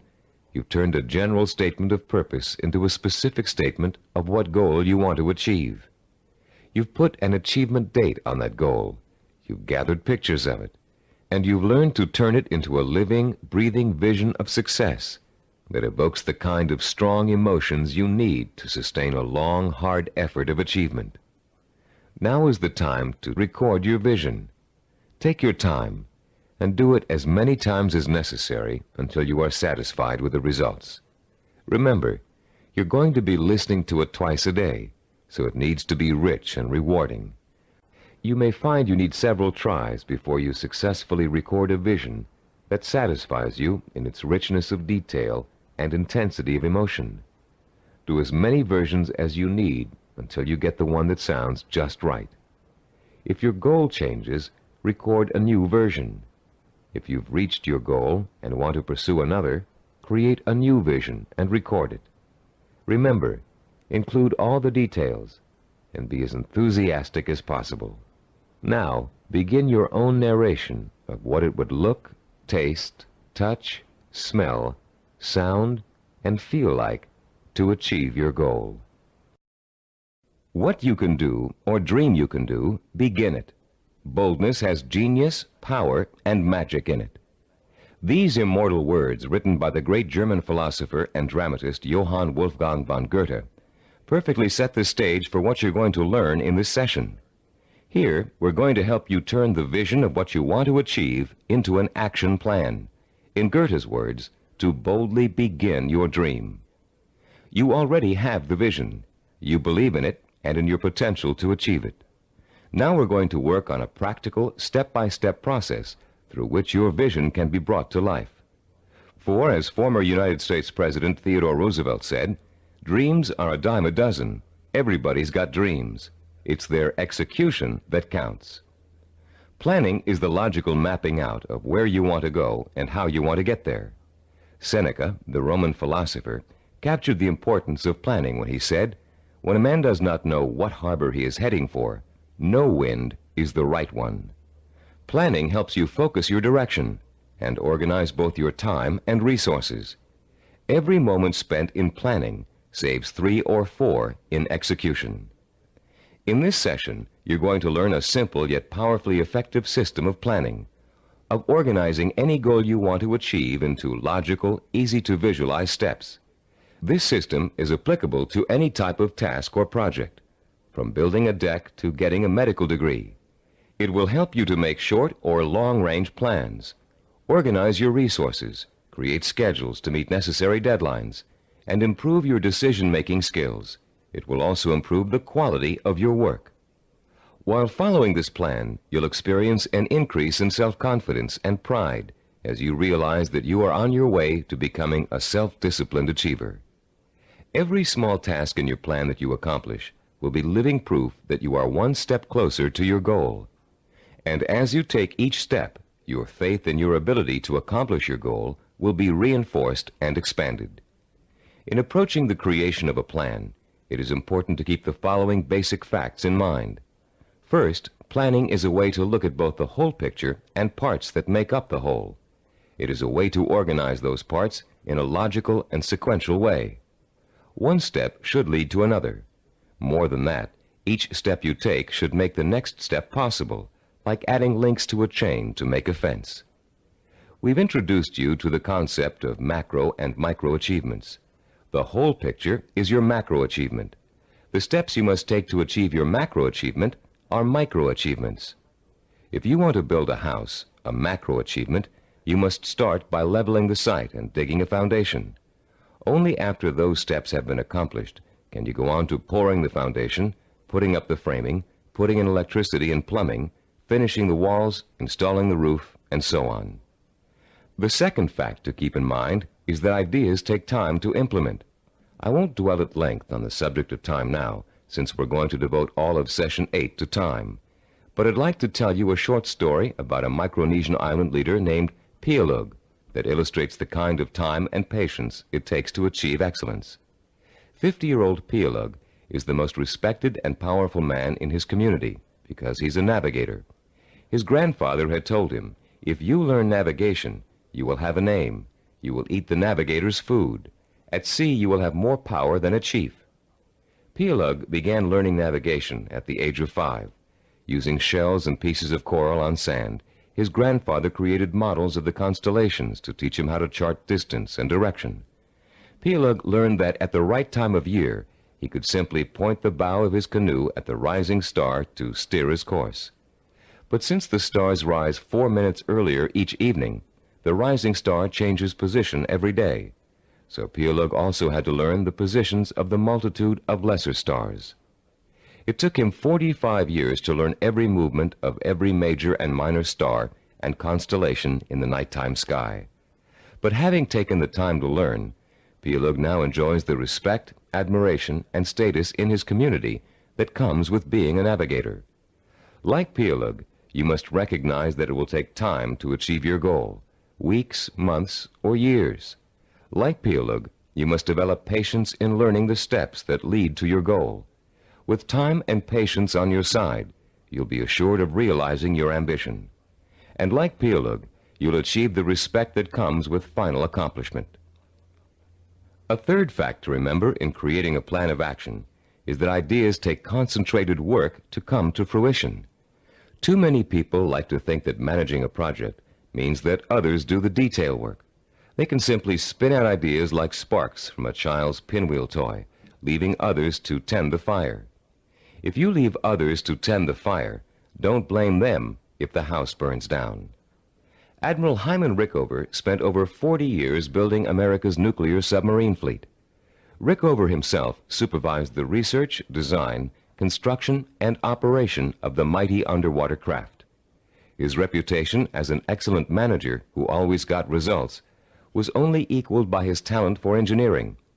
Upon Rickover's retirement, he explained his philosophy of management to an interviewer. "The man in charge," Rickover said, "must concern himself with details. If he does not consider them important, neither will his subordinates. Yet the devil is in the details.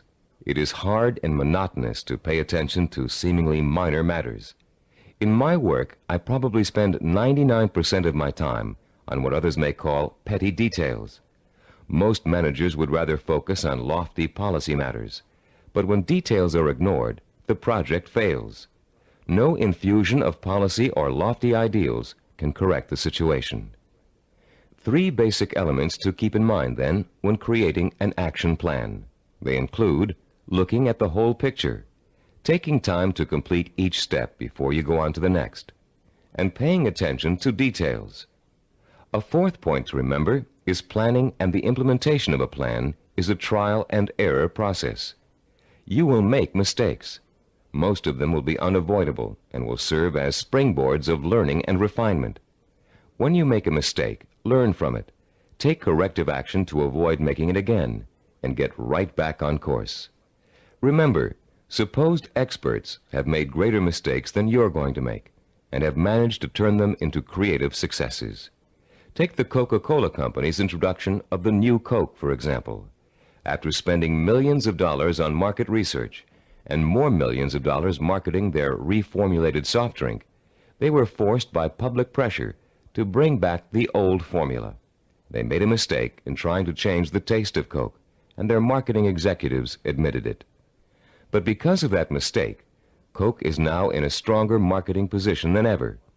The Coca-Cola Company has brought back their old formula, now sold under the name Classic Coke, and they still have their new formula on the market, which was formulated to appeal to Pepsi drinkers.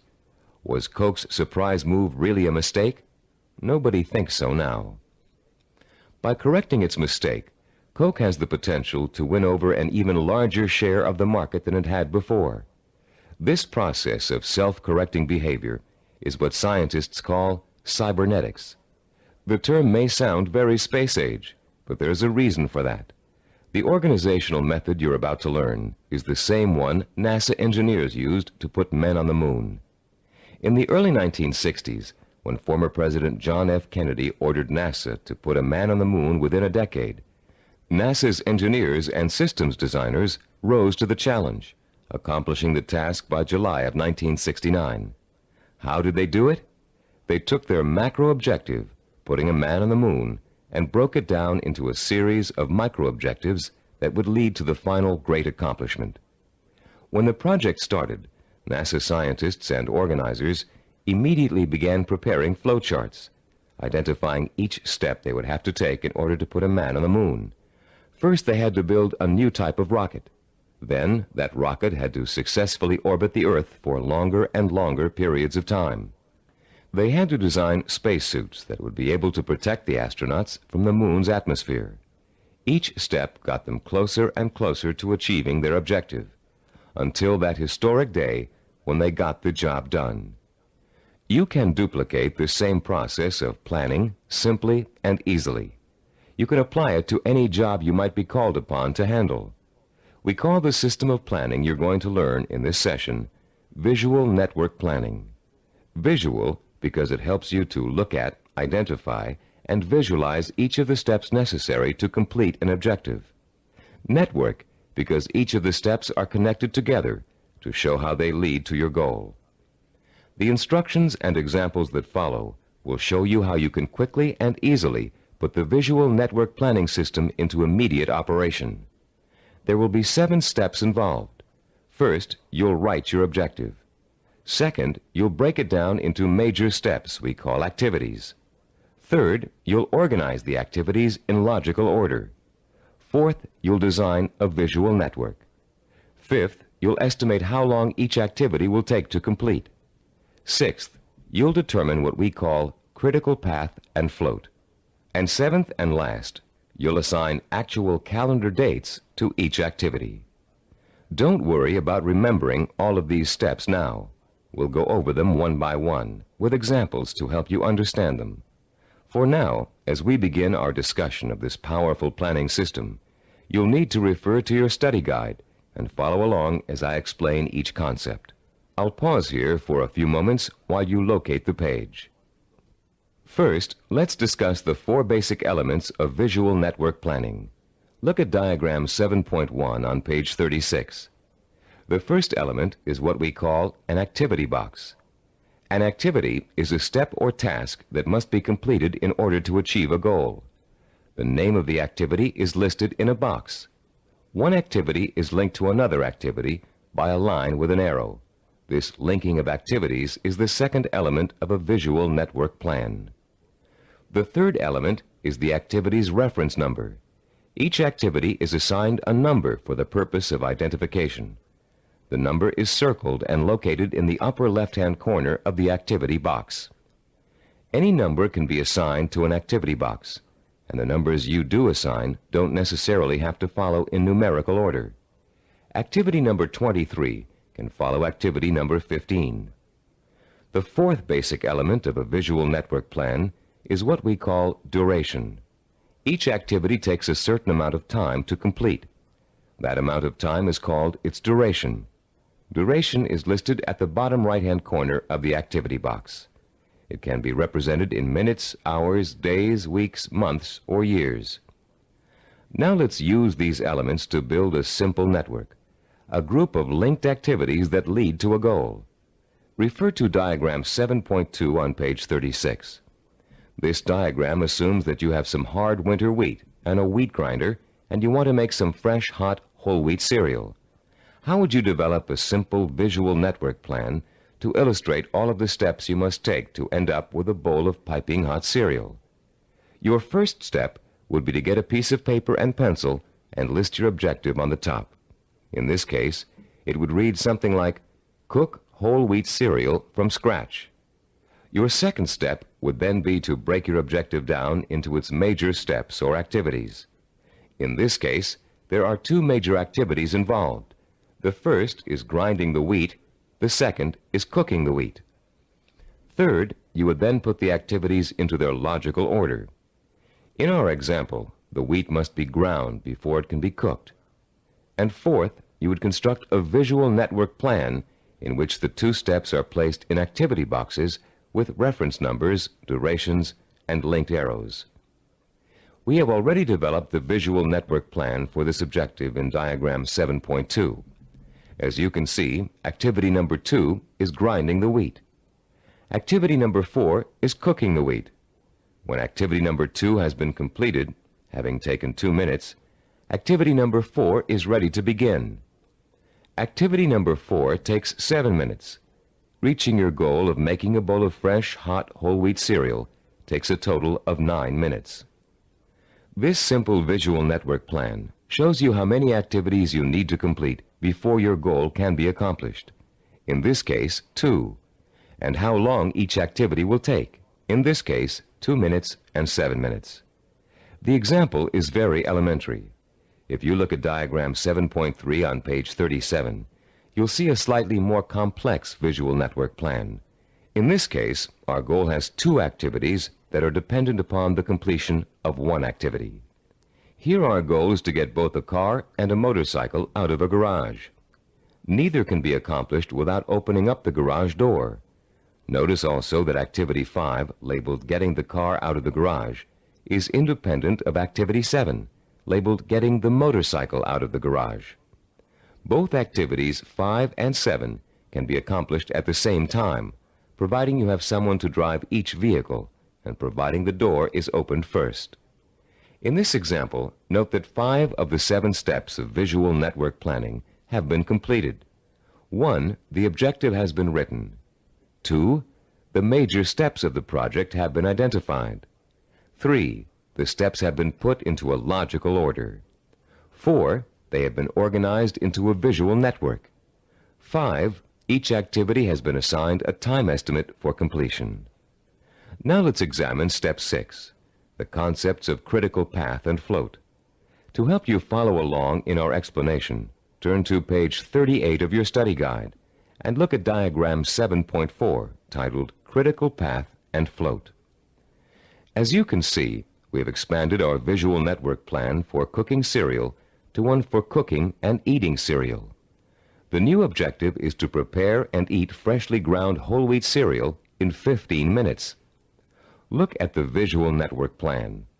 You now have 3 separate paths that come out of Activity 3, grinding wheat. Going from the top down, the first path is made up of Activities 3, 5, and 11. The middle path is composed of Activities 3, 9, and 11. The bottom path includes Activities 3, 7, and 11. Look at the 3 paths individually and total up the amount of time each will take. The middle path will take a total of 14 minutes to complete. The top path takes only 8 minutes. The bottom path takes 9 minutes. Look at your objective again. Your goal is to cook and eat the cereal within 15 minutes. If you are to complete your objective on time, the activities on the longest path must all be completed on schedule. The longest path on a visual network plan is known as the critical path. The activities on the critical path are called critical activities and are vital to the success of the project. The non-critical activities, those not on the critical path, can be delayed without affecting the result. These activities have what is called float. Float is the amount of time an activity can be delayed without affecting the completion of the project. In diagram 7.1, grinding the wheat, cooking the wheat, and eating the cereal take the longest amount of time and are thus on the critical path. Getting the bowls and milk can be delayed without affecting the schedule. Therefore, they both have float. Diagram 7.5 on page 39 is the visual network plan we use here at Cybervision Systems to develop our programs. Study the plan and try to determine the critical path. Which activities take the longest amount of time to complete?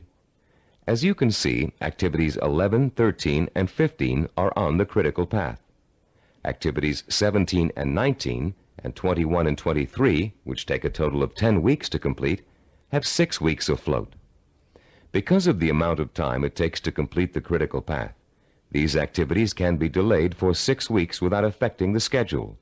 On the other hand, if any of the activities on the critical path are delayed, the whole project will be late. Identifying the critical path of your project enables you to gain control by knowing what your priorities are. You can then concentrate your efforts on getting those priority items done, letting the others float until you have time to take care of them too. The 7th step in developing a visual network plan is to assign calendar dates to each of the activity boxes. Once you're ready to commit your project to firm starting times, you must insert completion dates for all activities along the critical path. For example, if we were to begin our audio program development on January 5th, and the first activity on the critical path, developing a program idea, has a duration of 1 week, then the activity box showing the completion of this task would have a target date of January 12th. That date, and all others on the critical path, must be met in order for the project to be completed on time. A delay in finishing a critical path activity will result in the delay of the project. But critical path dates have another function besides keeping your project moving on time. These target dates also serve as guides for the float events that lead to your goal. You can position your float activities to coincide with your critical target dates in such a way as to complete them when it's best or easiest for you to work on them. These activities can be worked into your schedule because they can be delayed until it's most convenient for you to do them. Visual network planning works for macro goals and for micro goals. You can create one visual network plan for a macro goal, such as becoming a doctor, and create another visual network plan for getting through medical school. In diagram 7.6 on page 40 of your study guide, we've outlined a simple visual network plan for someone with a macro goal, becoming a neurologist. Each of the activities listed on this plan, which takes a total of 15 years of post-high school study, can be turned into a micro-network plan of its own. Any project that has a beginning and an end will benefit from visual network planning. Before embarking on your plan for accomplishing your macro goal, we suggest you try this organizational method out on something smaller, so you can see the results in a matter of a few hours or a few days. Apply it to a project around the house that you've been putting off for weeks, pruning your trees or repainting several rooms. This will give you a chance to get used to organizing your activities in a logical and systematic way. In using this plan, you'll learn the meaning of hard work and patience. You'll find yourself tempted to skip certain steps and leap ahead to something you feel like doing right away. But when you do go off your schedule, your project won't be completed in time, and you'll begin to see how important it is to stick to dates and schedules if you want to realize any goal. Using this plan will also reward you with a sense of self-disciplined accomplishment. As you complete each task on your path to success, you can mark it off on your chart and be proud that you've done it. You'll also be able to look at your chart at various times during your project and see how far you've come. Before we go on to complete this planning session on cassette side 10, I'd like to say a final word about the planning system you've just learned. No one can be totally certain about the outcome of a string of planned events. Mistakes, unforeseen problems, and outside events over which you have no control can and will contribute to the changing of your plans. Your visual network plan is not carved in granite. It's a living, working system that must change to accommodate the changes in your life. You may underestimate the amount of time it will take you to complete an activity. You'll know better the next time. You may find that you don't need to perform a certain activity at all, giving you some breathing room in your schedule. The objective of this plan is not to give you a rigid yardstick against which to measure your success or failure. Rather, it is to give you a logical, working system for achieving your goal. In creating your visual network plan, do your best to be as accurate as possible about dates and durations of activities. But remember that things may go wrong, and you may have to change those dates. This is not an excuse to quit. It is a good reason to keep sticking to your plan, for without it, you have little chance of achieving your goal at all. Remember, to successfully realize your purpose, you must have the courage to take risks, the courage to fail, and the courage to learn from your failures. Visual network planning is a roadmap that points out your destination and suggests a way to get there. But it doesn't tell you how to take the trip. It's up to you. On the next side of this tape, you'll take the exciting step of developing your own visual network plan, and you'll write your own story of achievement in a way that brings home the power and reward of final success. Now that you've been introduced to the guidelines of effective planning, you're ready to turn your own purpose and vision into macro and micro plans. As you do, keep in mind the following suggestions. First, the instructions on how to develop a visual network plan are guidelines only, and not a rigid set of rules. Use the principles we've discussed as a guide to meet your own specific needs. Second, take the time to work at converting your goal into a visual network plan. You'll probably need to come up with a number of rough versions before you arrive at your finalized plan. Don't get frustrated.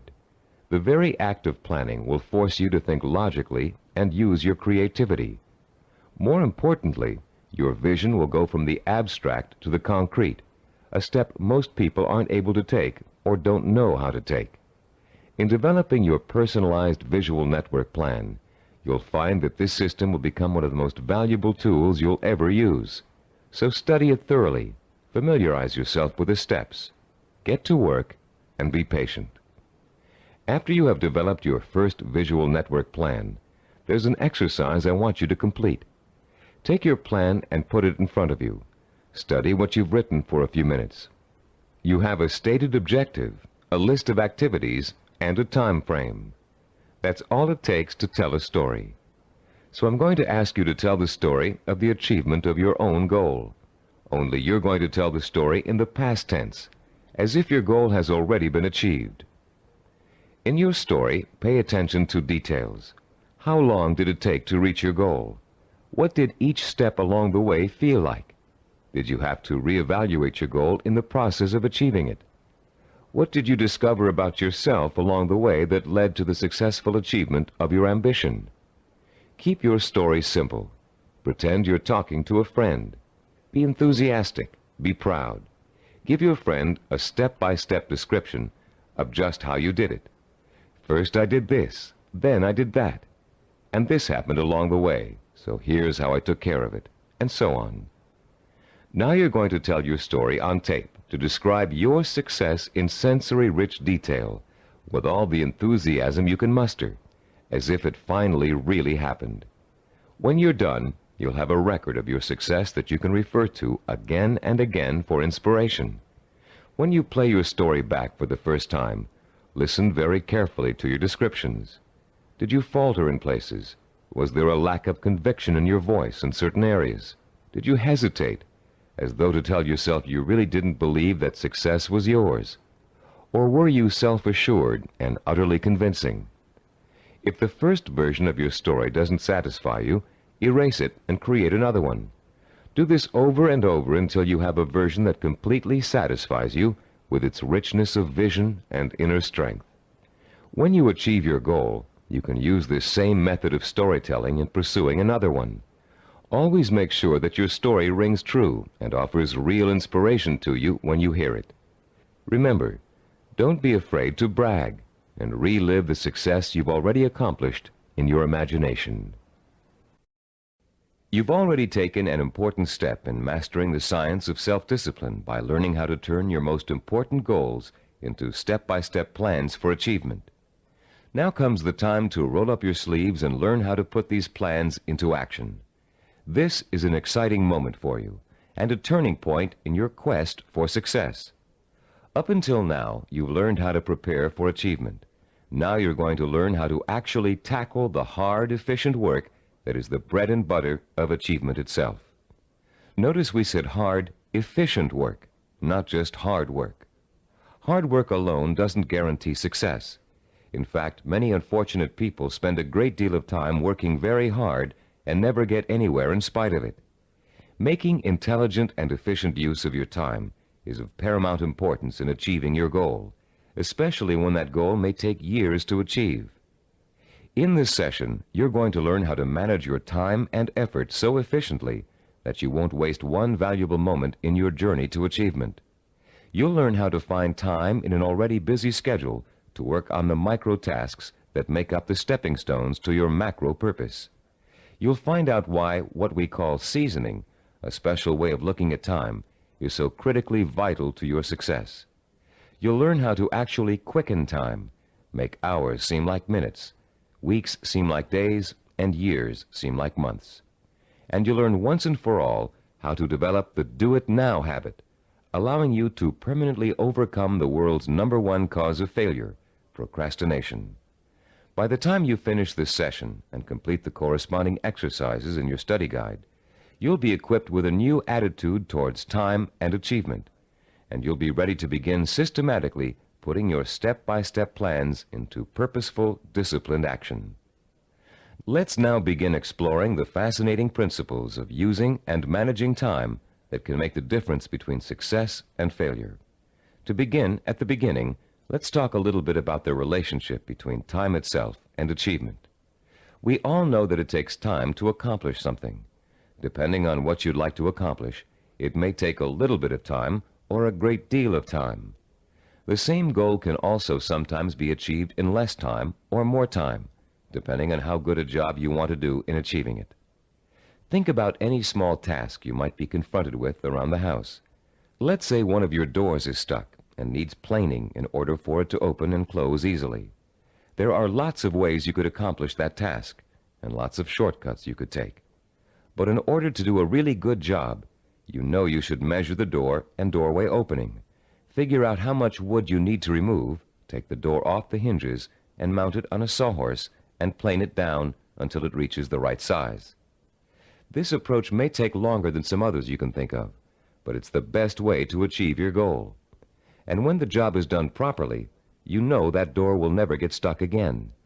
The person who takes the time to do the job right is the epitome of the self-disciplined achiever. Someone who has learned not to worry about time, but use it to its full potential to achieve a goal in the best way possible. None of your goals are going to be as simple as this one to accomplish, but the principle remains the same. To achieve with excellence, you're going to need a long period of time in which to allow your knowledge and skills to mature and grow. This is the concept of time that we call seasoning. Seasoning is a law of nature. All things take time to come to fruition. People, in their impatience to get what they want without going through this growing process, often end up stunting their own personal growth and making true success impossible. Shortcuts only lead to mediocrity and failure.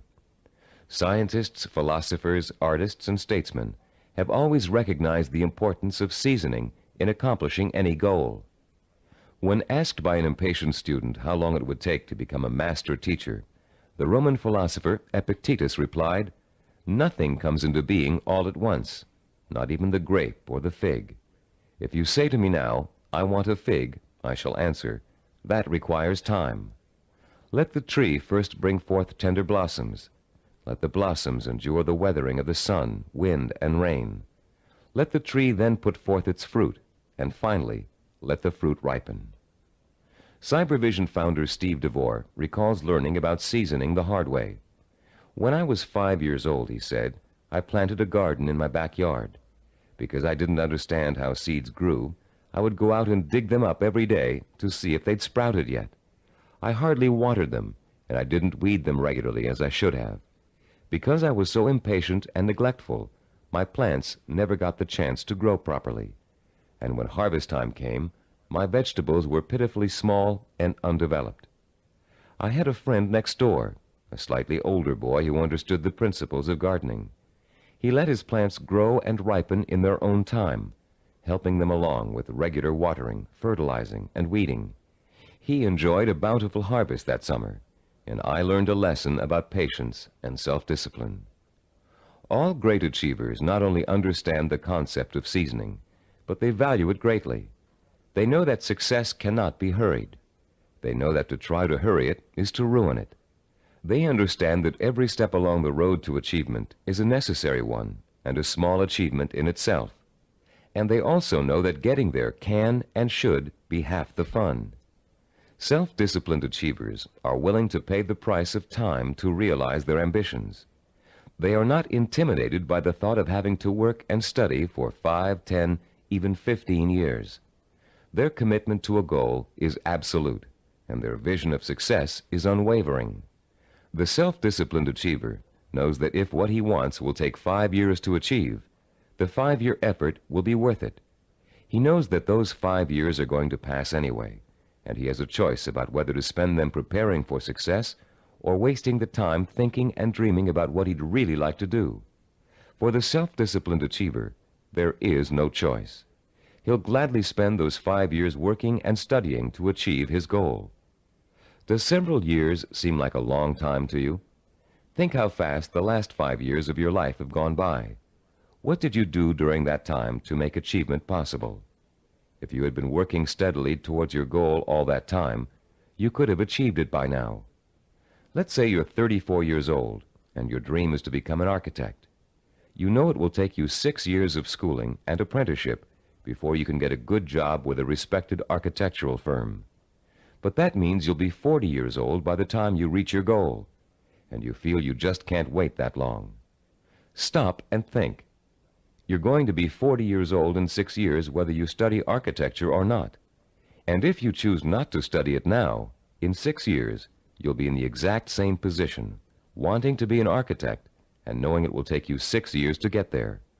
Only by then, you'll have to work until you're 46 to achieve your goal.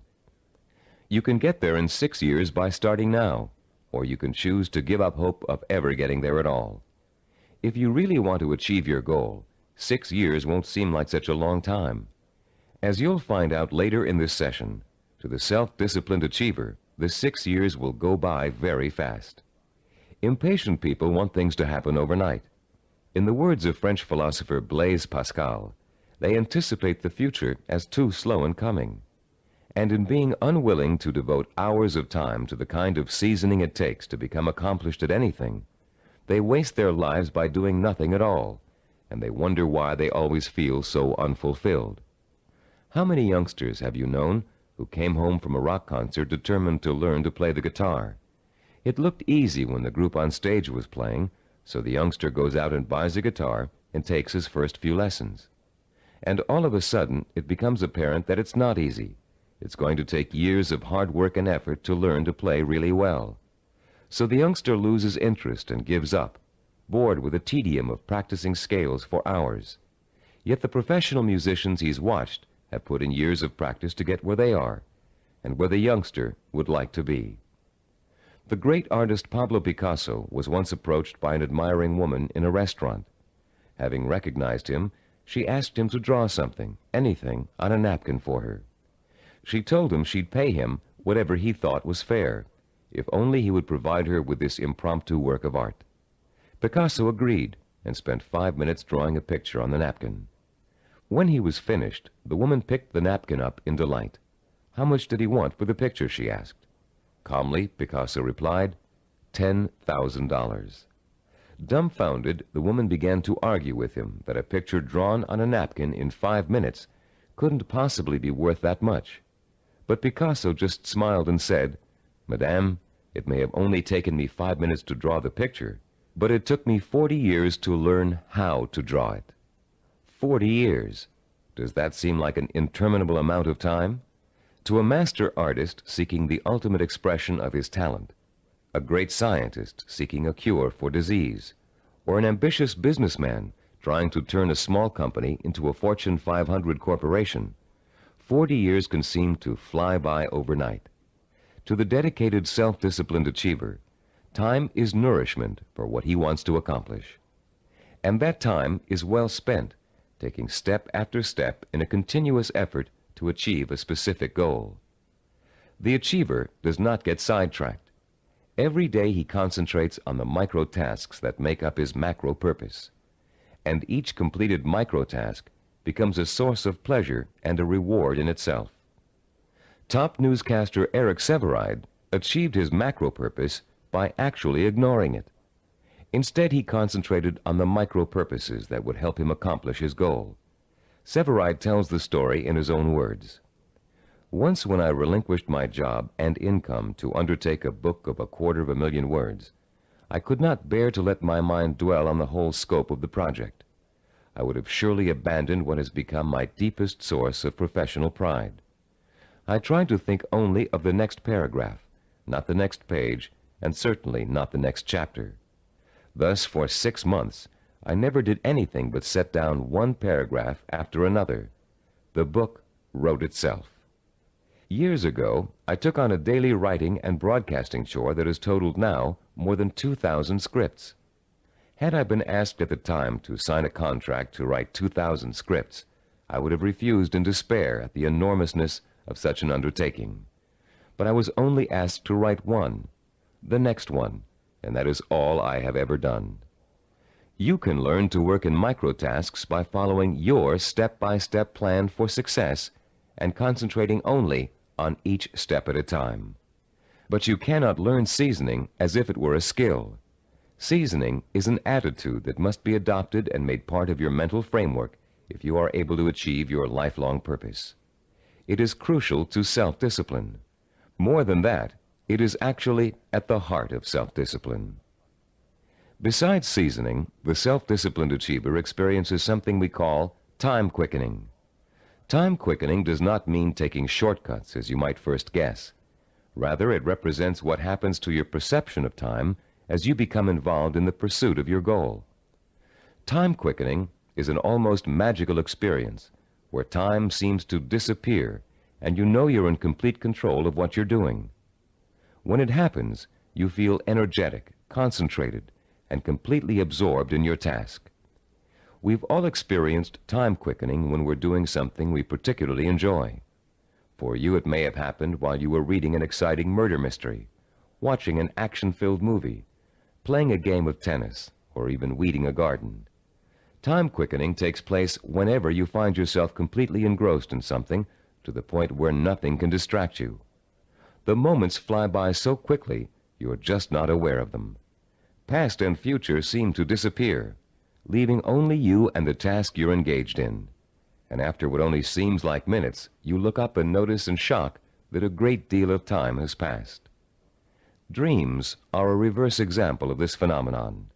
Although you may often wake up feeling as if you've been dreaming a particular dream for hours, the whole thing has actually taken place in just a minute or two.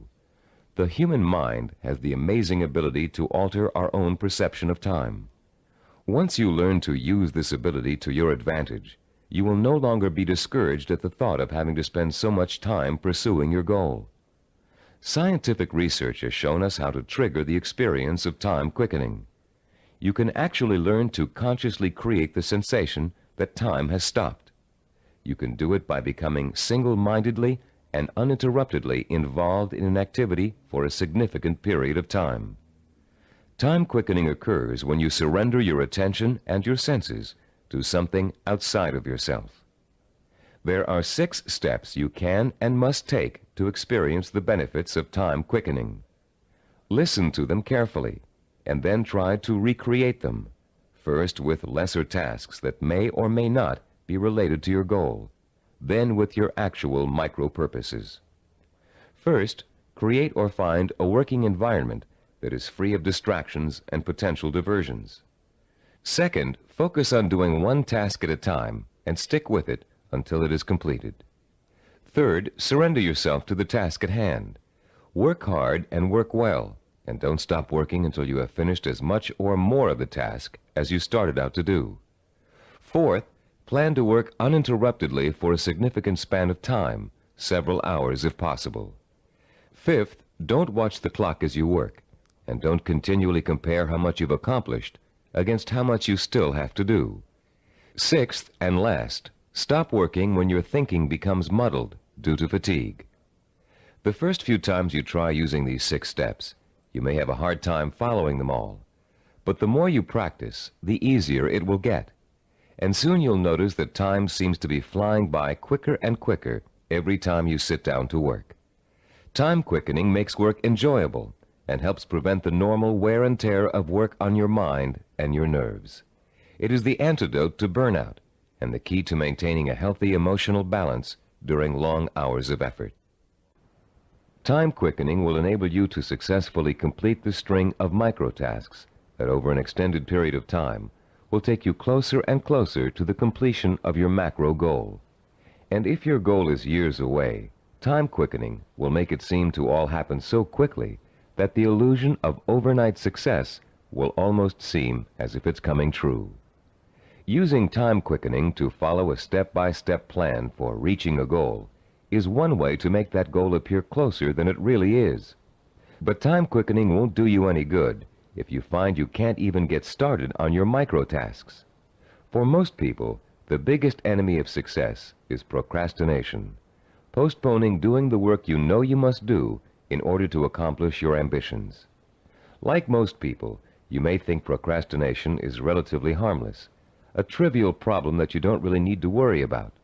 But there's nothing trivial about a habit that is the cancer of self-discipline. Procrastination is an achievement killer, and unfortunately, the more often you succumb to it, the more habitual it gets and the harder it is to deal with. Procrastination is a serious deterrent to self-discipline, and it takes a serious effort to overcome it. In the next part of this session, we're going to explore some common reasons for procrastination and the most effective ways of overcoming the would-be achiever's most self-defeating habit. Psychological research tells us that chronic procrastinators fall into three groups. The first group fears failure. The second group fears success. And the third group uses procrastination as a way of rebelling against authority. Let's examine each of these groups to see how they turn their own psychological problems into reasons for procrastination.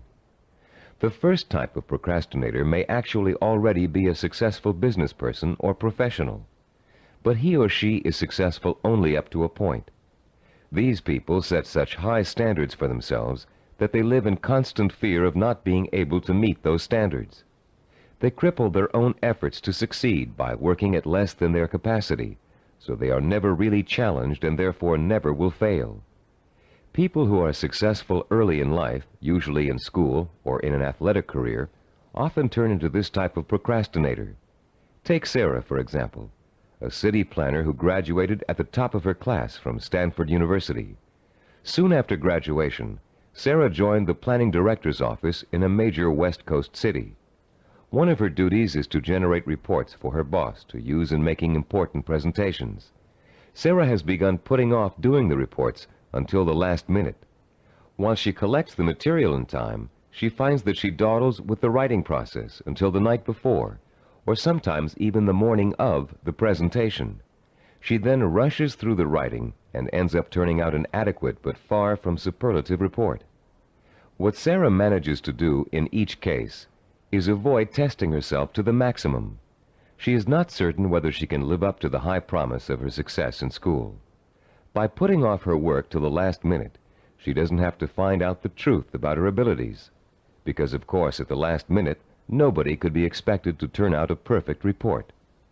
In the course of this kind of procrastination, Sarah has picked up a new skill called brinksmanship. She flirts with catastrophe by not doing her work in time, then pulls herself out of the brink at the last minute. If her performance doesn't measure up, she can always blame lack of time for failure. When her performance is good, she can applaud her ability to come through in the clutch. All that Sarah is proving is that she can do an adequate job at the last minute. The real test, what she'd do with the report if she took the time to work on it, has never been faced. The second group of procrastinators are afraid of the very thing most people are striving for, success. Some of these people are simply afraid to stand out from the crowd. They don't want to be seen as different. Many are afraid that if they are too successful, they will outgrow marriage partners, families, or friends. These people limit their own performance, actually holding themselves back, because they fear the kind of change success may bring to their lives. The third group of procrastinators is constantly rebelling against authority. These are the people who put off doing their work because it gives them a feeling of control over their boss. Rebellious procrastinators spend their lives reacting to a fear of being controlled or dominated. Whenever something is expected of them, they react by procrastinating just to prove that they are the ones in power. If you're a procrastinator, you probably fall into one of these three groups, or you may find you have a little bit of each type of procrastinator in you. Understanding the reason for your procrastination is your first step towards overcoming it. It's especially important for you to realize how self-destructive and self-defeating procrastination is. Whether you're rebelling against someone or responding to an inner fear, procrastination will eventually hurt you in everything you try to do.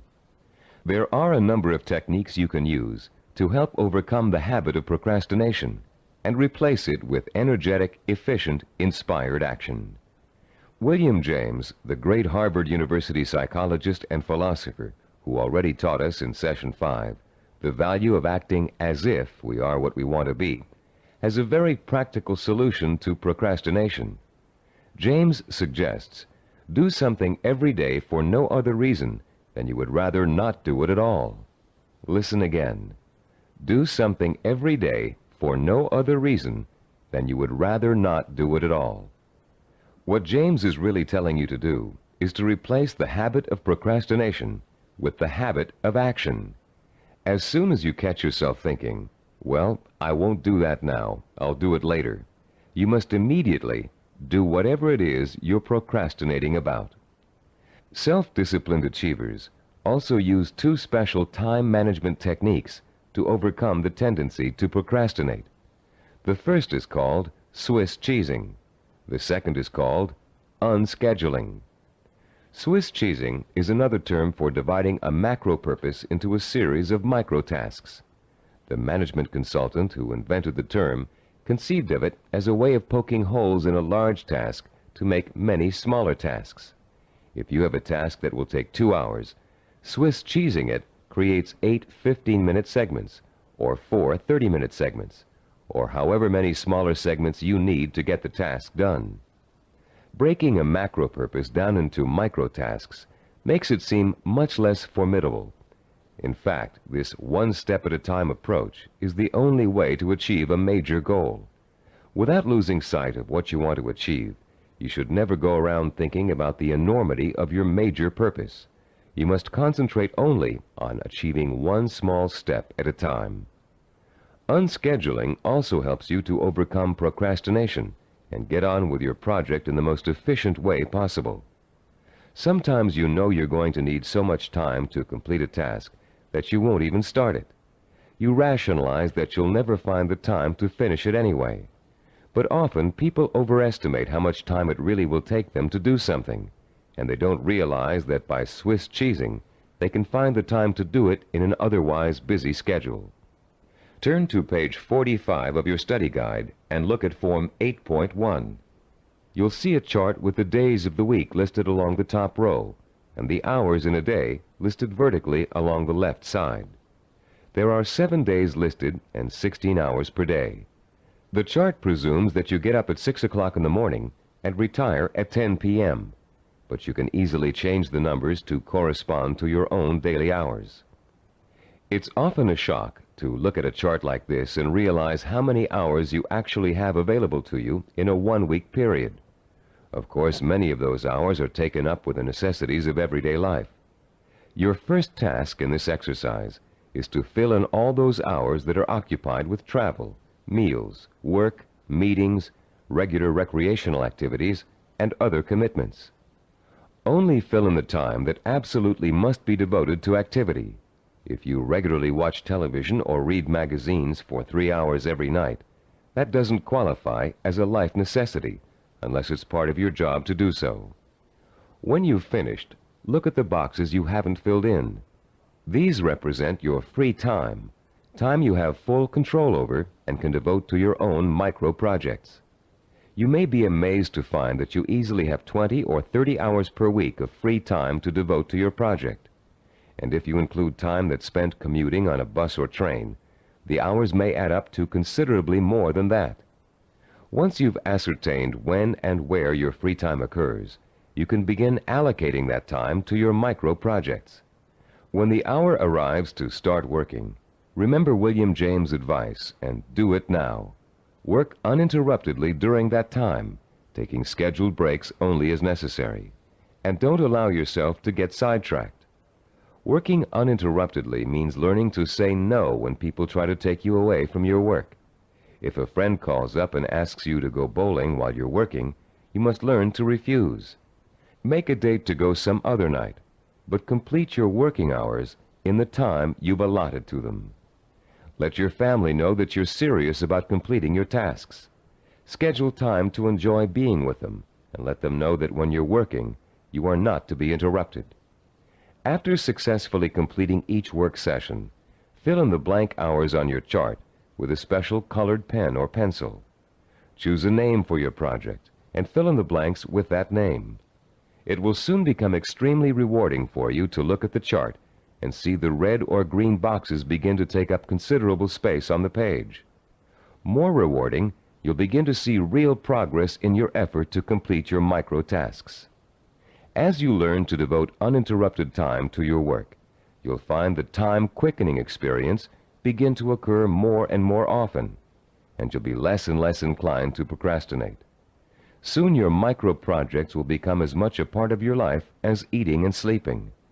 And an excitement will take hold as you begin to realize that yes, you are working steadily toward your goal. And not only can you really do it, you are really doing it.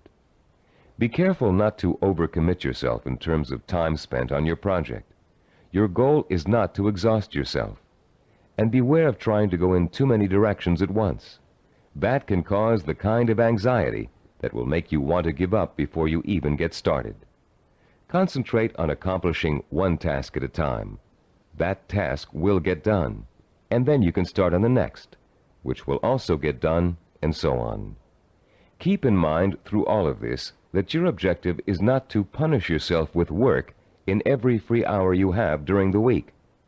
Working towards a macro goal by accomplishing micro tasks should not be an unpleasant experience. By creating a healthy balance between work and recreation, you'll find yourself looking forward to those hours when you can devote yourself to pursuing the goal that will make life truly worthwhile for you. You'll reach a point where you wouldn't trade those hours for anything in the world. You've come a long way in this session. You've learned how to overcome the tendency to procrastinate, how to experience time quickening, and how to learn to value seasoning as inevitable in reaching any goal. We'd like to make one more suggestion to you before ending this session. Put up a sign at your desk, table, or other workspace. A sign in big, bold letters that you can see every time you look up. This sign should say, "Use time or lose time." Let it serve as a constant reminder that time marches on, whether you're working toward your goal or not. And every minute that you are devoting to your micro projects is bringing you just a little bit closer to achieving your life's ambition. In the next session, you'll find out how self-disciplined achievers master the skills and knowledge they need to make their vision a reality. And you'll learn to broaden your own new field of knowledge by overcoming your learning blocks and harnessing your built-in powers of intelligence and discipline. In this session, we're going to talk about how you can identify and learn the knowledge and skills you need to master in order to achieve your vision and purpose. As we've repeated throughout this neuropsychology of self-discipline program, any goal worth achieving takes preparation and careful, patient work.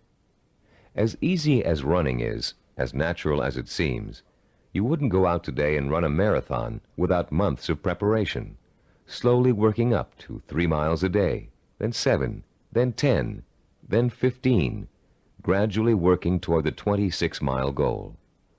You would start marathon conditioning with a careful program of nutrition, stretching exercises, reading, talking to other runners, and even a doctor's checkup.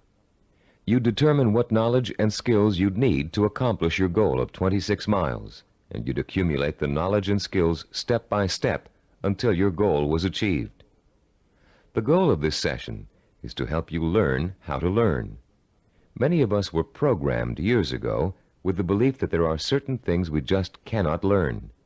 We were tracked in school into one path or another because of test results which told us we had no aptitude for a particular subject area, or by teachers or counselors who believed we were best suited for one discipline over another. In some cases, the stereotype was as blatant as girls take home economics, boys take shop. In other cases, the grounds for tracking could have been racial or economic, or some other person's perception of our intelligence. In a now famous psychological study, new teachers in an elementary school were told that certain students in their classes were gifted and certain others were slow. In truth, there was no measurable difference in the student performance up till that time. But by the end of the following semester, the students labeled gifted were doing work above grade level, while the slow students were performing below. The only thing which had changed was the teachers' attitudes toward the children. Much of our response to learning has been based on what we've been told about our ability to learn. In this session, you'll learn how to break through the learning barrier and clear away the mental blocks that have you falsely entrapped in the belief that you can't learn certain difficult subject matter and skills. You'll learn how to learn all over again, this time recognizing that your potential is as unlimited as your imagination. You, like other self-disciplined achievers, will know how and when to acquire the essential knowledge and skills that will enable you to achieve your goals. In our research into human achievement, we found that the world's most persistent and successful people had developed a four-step approach to learning that ensured they would successfully acquire the knowledge they need to achieve their goals. The process is a simple one. Listen carefully as we go over its basic components. First, they're able to determine what new skills and knowledge they must learn in order to achieve their goals. Second, they call into play their belief in their ability to learn. They believe they can learn any subject or skill, no matter how difficult it might be. Third, they're patient. They understand that acquiring new knowledge and skills is often a slow, step-by-step process that requires systematic trial and effort. No matter how young or how old, the learner must go through the same progression of acquiring knowledge and skills. And fourth, they develop their own effective, personalized system for learning, a simple learning formula they can apply to any subject matter to efficiently and thoroughly master goal-relevant knowledge and skills. Let's delve into each of these steps in turn to see how they can be applied to your own learning efforts. The first step of a learning program to acquire a new skill can be approached much like the planning work we dealt with in Session 7. You can design a similar flow chart with an activity box labeled Start and a box labeled Finish. The intermediate steps are, of course, other activity boxes. Activities which must take place at the same time must appear one above the other. The activities that follow each other in chronological order are listed from left to right. The activity that comes first is to the left of the activity on the right. Any research you have to do, consultations you have to make, background materials you have to accumulate, all are entered on your flowchart in the proper activity boxes. Let's assume for a moment you're just about to begin your first year of college. Your ambition is to become a neurologist. You know that to get into medical school, you have to excel in college pre-medicine. The thought of taking 4 years of math, chemistry, and biology seems pretty intimidating, and becomes even more intimidating when you realize that you have to have almost a straight A average in those subjects to be even considered for medical school admission. The intimidation would quickly go away if you could develop a 4-year visual network plan that outlines specifically what you had to learn and in what order you would have to learn it, year by year. Then, upon viewing the completed network plan, look at it and develop the deep inner belief that you have it in yourself to master each of the subject matter areas. Let's work through a visual network plan for successfully completing college pre-med. Granted, most of you listening to this program won't want to become medical doctors, but this example is applicable to any situation in which new knowledge and skills must be learned. Turn to Diagram 9.1 on pages 48 and 49 of your study guide. I'll pause a few moments while you find Diagram 9.1.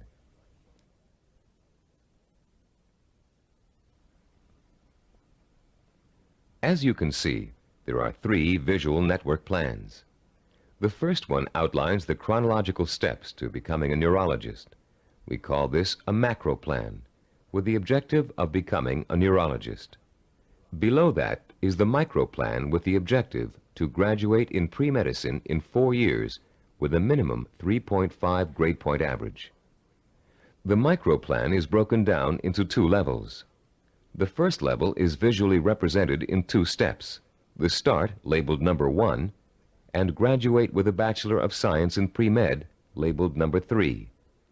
This first level has actually been extracted directly from the macro plan. Now look at page 49 and the Level 2 diagram. As you can see, Level 2 is an expanded version of Level 1. Through the study of the college course catalog, and after talking at length with college advisors, you have identified the pre-med requirements and have broken them down into a prerequisite chronological order. This visual network plan then serves as the step-by-step map for completing your pre-med program, the first step in your macro objective of becoming a neurologist. As you look at the visual network plan for completing pre-med, what type of emotions do you experience? Do you feel intimidated at the prospect of excelling in the hard sciences? Do you doubt your ability to learn such difficult subjects and to learn them so well that you finish each course at the top of your class? If you feel intimidated and experience doubt, then you probably won't make it. If you look at the plan and feel deep down inside that with enough effort, study, and application, you can master each of the courses, then you'll probably succeed. The difference, you see, is really not in ability or intelligence. Rather, it is an attitude, your belief in yourself. The belief in yourself as someone who is capable of learning is 90% of the learning hurdle. The other 10% is single-minded application mixed with ability. The belief in yourself as someone who has the ability to learn is the second step involved in the self-disciplined achiever's pursuit of goal-related knowledge and skills. Much of your own belief in yourself as someone who is capable of learning complex material may have been educated right out of you in school for a variety of reasons, some of which we explored at the beginning of this session. One major reason for this belief is a vicious cycle people get caught up in early in their learning experience. Take math, for example. Many people have learning blocks when it comes to math. They feel that they just don't have the aptitude to learn complex mathematical concepts. And they can prove this lack of ability to you from their grades and success in math classes. What most of these people lack is not the aptitude for math, but the application of self-discipline. Math requires progressive learning. You have to master one concept before you can go on to the next. If you miss a few steps in between, then it's really easy to get lost. And once you get lost, it's nearly impossible to catch up. To stay on top in math requires a daily effort of study. Most people who enter math because of their lack of self-discipline think that they can get by with a minimum of effort. Most of these people are intelligent. They can get by in most other courses by just coasting. They think they can do the same thing in math, but soon they get behind and can't catch up, and usually do poorly in the course. Then, after such an experience, they label themselves as poor in math. They carry this label with them throughout their lives. This label shades most of their decision-making when it comes to choosing courses of study and careers. Such people will avoid careers that require mathematical understanding because they think they don't have the aptitude. Actually, they probably had and have the aptitude, but not the attitude. Their life's potential was stunted by a false assumption. All they needed was someone to teach them the value and skill of self-disciplined application. Most of the people we studied in the creation of the neuropsychology of self-discipline program were not extra intelligent, but they did have a firm belief in their ability to learn anything and everything. To them, 90% of their ability to learn was their belief in their ability to learn. If you examine your own positive role models, you'll probably discover that few of them test out at genius level on intelligence tests. Most people think that Albert Einstein, for example, was a mathematical genius, when in actuality he flunked his college entrance exams and was a poor student in mathematics. As a youngster, he envisioned himself one evening riding through space on a beam of light. In his imagination, he sensorially experienced the theory of relativity. He knew what it was, but he was not able to explain it to others in a language they could understand. The only language was mathematics. Driven by his vision, he forced himself to learn mathematics. For Einstein, it was a day-by-day struggle, but he finally developed enough mathematical knowledge to simply express his experience mathematically. Einstein's theory of relativity and its mathematical expression ushered in the age of nuclear energy. Another scientist, whom most people attribute genius, was the inventor of the laser, Dr. Theodore Myman. While at Stanford University, he flunked his PhD oral exams and had to take them over again. Learning didn't come easy for him. It was a daily, step-by-step struggle. Baseball hitting great and cybervision role model for its baseball neuromuscular training video cassette, Rod Carew, didn't make his high school baseball team because his coach thought he wasn't a good enough hitter.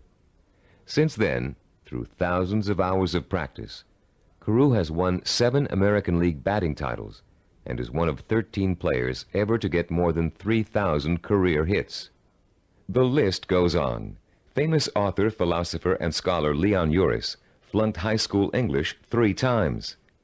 Malcolm Forbes, publisher of Forbes magazine, one of the most successful business publications in the world, did not make the staff of his college newspaper. The editor said he lacked the basic skills of reporting and editorial writing. Stephen DeVore, who founded Cybervision, speaks the Finnish language, considered by language experts to be the most difficult language for Western tongues to learn. Though he mastered this difficult language, he lays no claim to a superior intellect either. When I was 19, he told an interviewer, I was selected to go to Finland for 2 years of volunteer work. I had no foreign language ability at that time. In fact, I had nearly flunked out of high school French and Latin. So I thought of myself as having absolutely no ability to learn languages. With this negative attitude, DeVore entered an intensive language program for 2 months before he left for Finland. It was something like 16 hours a day with a group of 10 others. I finished last in the group, he recalls. DeVore went to Finland, where he spent 5 miserable months unable to communicate. I couldn't do anything. I was incredibly frustrated. I'd lose patience when people were talking. Then one day I went to the park, and in the park there was a man giving instructions to his dog in Finnish. The dog obviously understood him and was obeying all of his commands. I thought, this is ridiculous. I'm smarter than a dog. If a dog can understand Finnish, so can I. In the 2 months following this experience, DeVore became fluent in the Finnish language. He learned to speak Finnish so well that he served as a translator for American businessmen and their families traveling to Finland.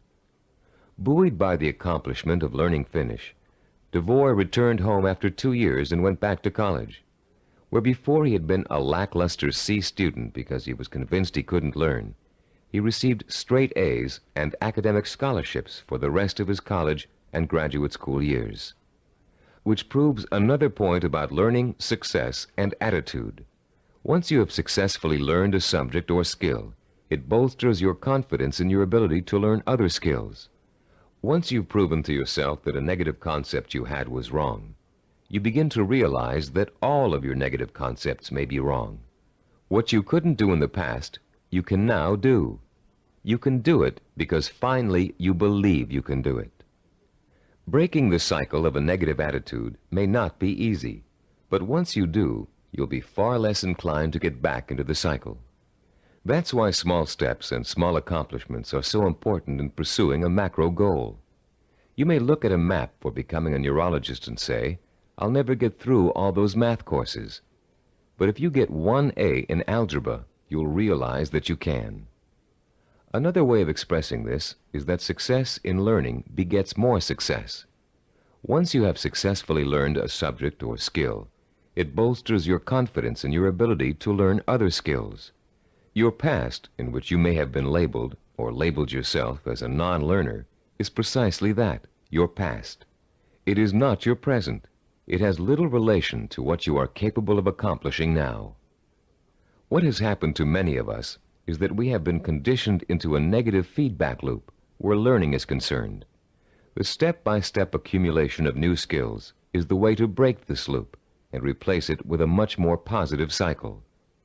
Which brings us to the 3rd step in the learning process, the attitude and value that learning takes time and patience. Most of us, at the time we are exposed to our greatest concentration of education, haven't developed the necessary self-discipline skills to be able to take advantage of it.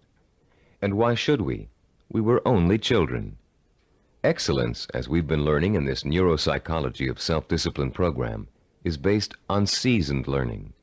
Skills like medicine, mathematics, chemistry, dance, law, music, pottery, writing, languages, architecture, masonry, carpentry, the list is endless. All require seasoning, the accumulation of knowledge over time. The perseverance to stick with a task over a long period of time, sometimes decades. the ability to find pleasure in the accomplishment of steps toward a goal, rather than seeking the instantly gratifying quick fix. All these are the hallmarks of the self-disciplined. A wise philosopher, in speaking of the seasoning of a learner, once said, "There are very few human beings who receive knowledge complete and staggering by instant illumination. Most of us acquire it fragment by fragment, on a small scale, by successive developments, cellularly, like a laborious mosaic." One other myth about the acquisition of knowledge has it that you can get too old to learn. This bit of fallacious thinking has been handed down in the aphorism that you can't teach old dogs new tricks. It's worth laying to rest. A classic incident from the life of the great poet Longfellow illustrates the relationship between age and learning. Told by Howard R. Driggs, the story goes, it happened that while the poet, at over 80 years of age, was still teaching at Harvard, one of his appreciative students asked him, "How do you keep so perennially young, Professor Longfellow? We never get tired of your classes. You always have something new and interesting to give." "I've never had that question put to me before," returned the poet. Then, looking out of the window, he said, "You see those 2 apple trees in the yard? Do you observe any difference between the blossoms on the older tree and those on the younger one?" "No," replied the student. "They look just alike to me." "How do you account for the fact that the old apple tree flowers out as beautifully as does the young one?" persisted the teacher. "Let me tell you the secret. That old tree managed last year to grow enough wood to put forth its new blossoms. Blossoms, you know, always come on the new wood."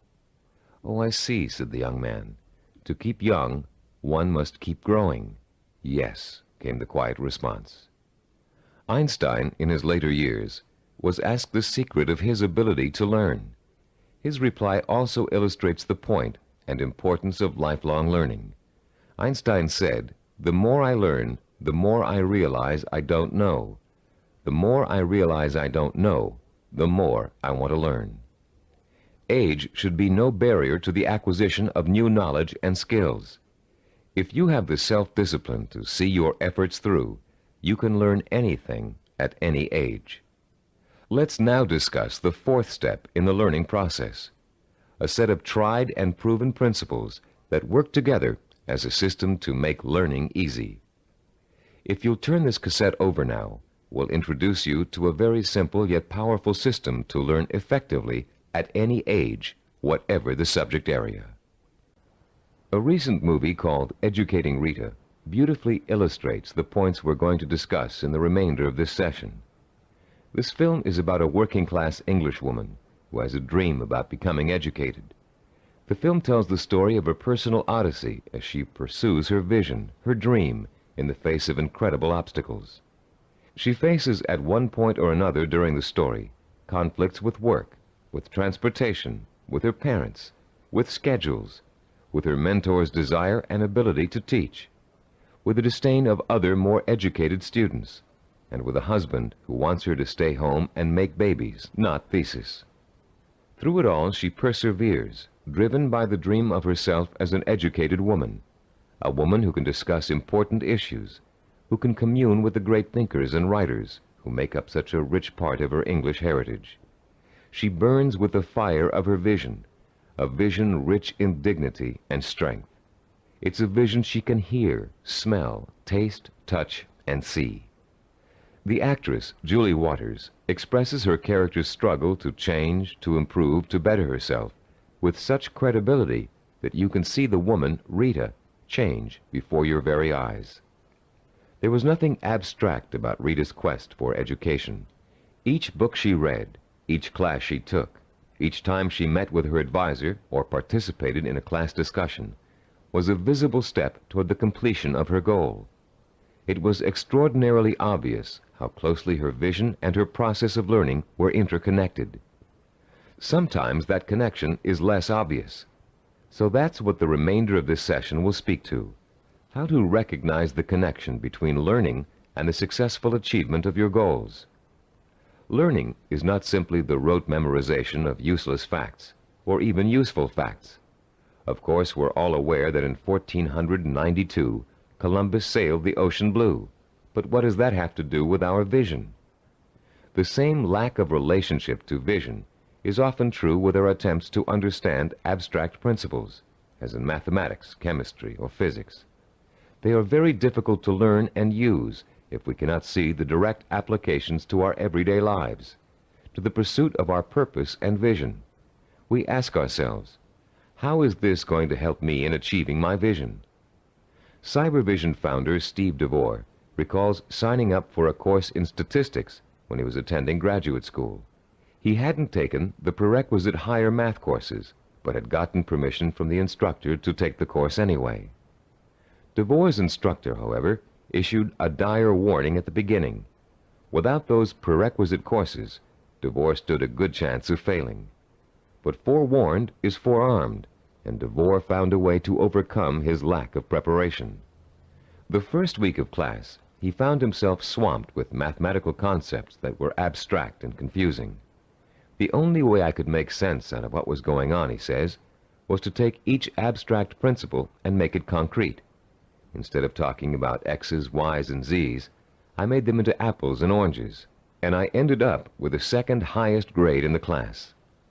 I find this concreteness also ties into vision, DeVore continues. Whenever you have to learn something that seems beyond your grasp, remember your vision and why you have to learn it. Then it will seem real and vital, and you'll have an easier time dealing with it. Whatever you have to learn, no matter how abstract or detailed the information, if it's necessary for your vision, then you can embody that information with your vision. Then it becomes something real and vital. You can put a handle on it. You have a reference for it. You've been learning the importance of vision all throughout this program. The sensory-rich, detailed kind of vision you created in Session 6 and are continuing to create on a daily basis. Making those visions concrete, you'll recall, sometimes even involved putting clippings or photographs of a desired goal upon the wall. This kind of work to strengthen vision is also at the heart of learning. As I promised earlier, I'm about to introduce you to a powerfully effective, easy-to-learn method of learning that will carry you through the rest of your life. This four-part learning system is the application of certain principles that reveal themselves in the course of our research with self-disciplined achievers. Learning and applying these principles will enable you to approach any subject matter with confidence and thoroughly learn the material no matter how difficult it might be. We call this system mega learning. We use the word mega to connote power. The power to achieve you acquire through the acquisition and application of knowledge. Let me quickly preview each of the 4 steps and then look at the process in greater detail. First, recognize the need to learn a principle. Second, relate the principle to your personal vision or goal. Third, internalize the principle by relating it to your own experience. And fourth, apply the principle in action.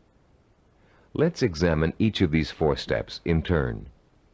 First, recognize your need to learn new information and skills. You cannot reach your goal without getting an education first. This doesn't necessarily mean attending school. It means identifying the key skills and competencies that you must master if you are successfully going to reach your goal. Ask yourself, will I achieve my goal without this knowledge or skill? If your answer is no, then you have a strong motivation for learning. Your learning is now crucial, for without it, your road to achievement is blocked. Learning is a lot easier if you have a specific reason to learn. Once you recognize that you have a need to learn, you've taken the first step toward achieving your goal. Step 2 is simply asking yourself, how can I use this? How will it help me fulfill my vision? Imagine yourself achieving your goal and using the new knowledge and skills you are about to learn. See how each skill and bit of knowledge applies directly to your future success, no matter how unrelated or trivial it might seem to be in the beginning. This process is akin to putting a jigsaw puzzle together. You have a picture of what you want to achieve on the jigsaw box. Inside the box are hundreds of related but unrelated pieces of the puzzle. You put 2 pieces together. You pick up a 3rd piece. You toy with it, mentally turning it over, looking at its edges, its contours, its unique characteristics, looking at the ways it might fit into the whole picture. Then comes the aha moment. You see exactly where the new piece of puzzle fits, how the contours of the piece are shaped to fit the pieces already in place. And as you place the piece in the puzzle, you get an idea of what the larger picture will look like. Perhaps you refer back to the picture on the jigsaw box, which is analogous to the mental picture you have of the goal for which you're striving. The very act of studying the information and putting it in its proper place helps you bring the picture on the box to life. The third step in our learning process is internalizing the principle by relating it to your own experience. If you're learning about electrical waveforms and frequency, for example, think about the times you've thrown a pebble into a pond and seen ripples form on the water. The bigger the pebble and the harder you threw it, the bigger and faster the waves would be. In Newtonian physics, you can easily understand the law that states, for every action there is an equal and opposite reaction, by remembering how you stand up from a sitting position. Do you just shoot straight up, or do you have to first push your weight down on the chair to stand up? In order to stand up, you have to first push down. That's Newton's law in action. Every time you find an example from your own experience to illustrate a bit of knowledge you're trying to learn, you'll reinforce your understanding of that knowledge. And you'll remember it because it's anchored to something very personal. Every time you think of Newton's law, you'll picture yourself pushing off a chair to stand up. It works for just about any abstract theory you can think of. The fourth critical step in learning is the actual application of the principle you're trying to grasp. Throw pebbles in a pond and watch the action when you're learning waveform theory. Sit down and stand up over and over again until Newton's law is firmly planted in your mind. If you're studying a new language, use the new vocabulary you learn every single day. As you walk down the street or through your living room, try naming every object you see in your new language. Using these 4 steps to learning will make the experience easier, less frightening, and more fun. You'll make mistakes just as everybody does, but persistent application of the mega learning system will pay off in greater understanding, greater memory retention, and a better education overall in whatever it is you're trying to learn. The 4 steps to enhance learning we've outlined here are similar to and related to the 4 stages which make up the process of creativity. Our definition of creativity is taking the knowledge and skills you learn and applying it to the realization of your purpose, vision, and goals. To be creative, you have to be armed with knowledge and skills tempered by experience. The first stage in the creative process is preparation. Creative problem solvers consciously collect all the information they can, gathering tools which will help them solve a problem or get a job done. During this stage, if there's a problem to be solved, the person might be perplexed, but at the same time excited about the possibility of coming up with a solution. Stage 2 is called incubation. Once the research has been done and the necessary information has been collected, the creative person often releases the problem and turns to something else, including rest, relaxation, or physical activity related to the problem. During this stage, the knowledge begins to reform itself below the level of consciousness, shifting and realigning until it becomes a whole. During this stage, tantalizing flashes of insights and glimpses of parts of the final solution may emerge. Stage 3 is called illumination. This is the moment of discovery. It is the point in time where all you have learned and experienced has been distilled in your mind. The solution or inspiration springs forth almost miraculously. Miraculously, if you don't recognize how much preparation and groundwork you've already laid in stage 1. Often this stage is accompanied by an overwhelming feeling of certainty that says, yes, this is the piece of art I want to create. Or yes, this is the product idea I want to explore. Stage 4 is called verification or revision. This stage takes place again on a conscious level. The details of an experimental process, if you are a scientist, must be worked out. If you're an artist, you must decide whether this picture will be painted in watercolor or oil. This stage involves visible work and rational thinking. It involves drawing from your base of knowledge and fundamental skills to make your work conform to the vision of your creative insight. As you can tell, the knowledge and skills you acquire are the tools for the creative process. The parallels to the simple approach to learning we've outlined here and the process of creativity should also help put to rest the misconception that self-disciplined people are not creative. That discipline involves being married to lists and systems to the exclusion of freedom and creativity. On the contrary, creativity is the byproduct of a disciplined, well-informed mind, a mind that is using its storehouse of knowledge to solve problems and achieve goals. The more you learn, the more creative you can become. If your heart is set on becoming a professional musician, you can hardly be expected to know how to compose a symphony until you've become an expert in reading music and have studied music history. If you want to become a heart surgeon, you can't expect to pioneer new techniques in heart surgery until you've thoroughly mastered all the existing techniques. If you want to start a business, you must first study how other businesses are run, and then make your own decisions about how your company will work. If the realization of your vision requires the mastery of new knowledge and skills, I hope that learning will now be a stepping stone rather than a barrier to the creative realization of your goals. In our next and last session, you'll learn how to develop the twin pillars of the self-disciplined character, persistence and perseverance. And you'll be well equipped to begin your long and fruitful journey towards the goal you've chosen as your most important ambition. I'd like to begin this final session with two true stories that illustrate the value of persistence and perseverance in any of life's endeavors. The first story is about a mountain climber named Don Bennett. After successfully scaling 14,000-foot Mount Rainier, one of the highest mountains and most difficult climbs in the United States, Don Bennett was interviewed about the experience by a local reporter. "How did you do it?" the reporter wanted to know. "How did you keep going for 14,000 feet and not giving up?" Bennett thought for a moment before answering.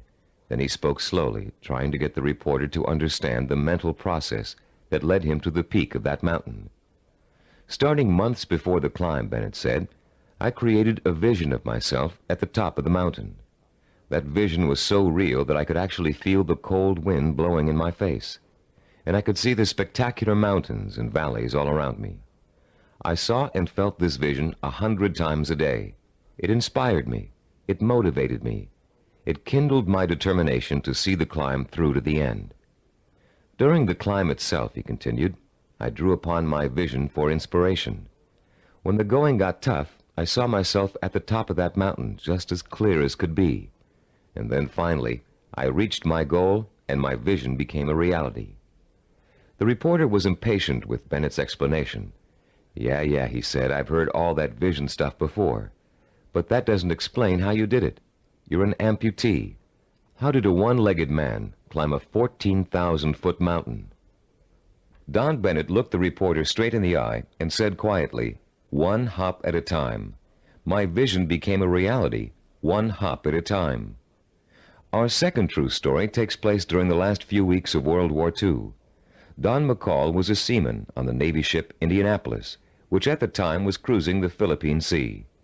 Suddenly, the ship was struck by Japanese torpedoes, and immediately it began to sink. McCall was asleep below decks when the first torpedo hit. He instinctively grabbed his life jacket and made his way up to the deck as the ship began to roll over. As he launched himself into the churning sea, the ship sank, taking 300 men with her. Another 900 or so had been pitched into the water. "I made up my mind that I was in big trouble," McCall told an interviewer, "and I also made up my mind that I would do whatever I had to do, no matter how painful, to survive." The first thing McCall did was to move away from the other survivors and float alone. He knew about the dangers of mass panic, especially if there was a shark attack, and he knew he'd stand a better chance if he stayed away from the other men. McCall also protected himself from exposure in the blistering sun by keeping a life jacket over his head. He kept a hose on his person so he could retreat underwater in case of a Japanese attack. And most important, He kept in mind the lesson he had learned about the danger of drinking seawater, no matter how thirsty he got. For days, McCall watched men succumbing to mass panic and hallucination. He watched them being torn apart by sharks, while he escaped attack by remaining perfectly still. He watched them drinking seawater and dying of dehydration, while he swallowed his own desire to drink. He watched them dying all around him, while he remained alive. 4 days later, a Navy patrol boat plucked an exhausted 90-pound McCall out of the sea. He had survived 4 days without food or drink in the blistering sun, in shark-infested waters.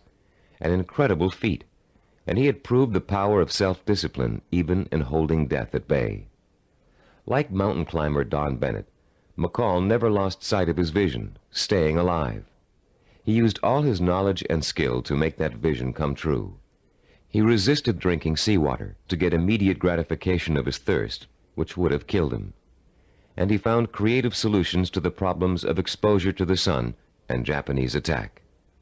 Both Bennett and McCall used self-discipline to endure terrible physical hardship and achieve seemingly unachievable goals. Your own goal may not seem as urgent as theirs, but the principle of achieving it remains the same. Through vision, commitment, patience, and creative application of knowledge and skill, you can see your goal through to the end. But the ultimate key to your success is what this session is all about: persistence and perseverance. In this session, you're going to learn what persistence and perseverance are really all about.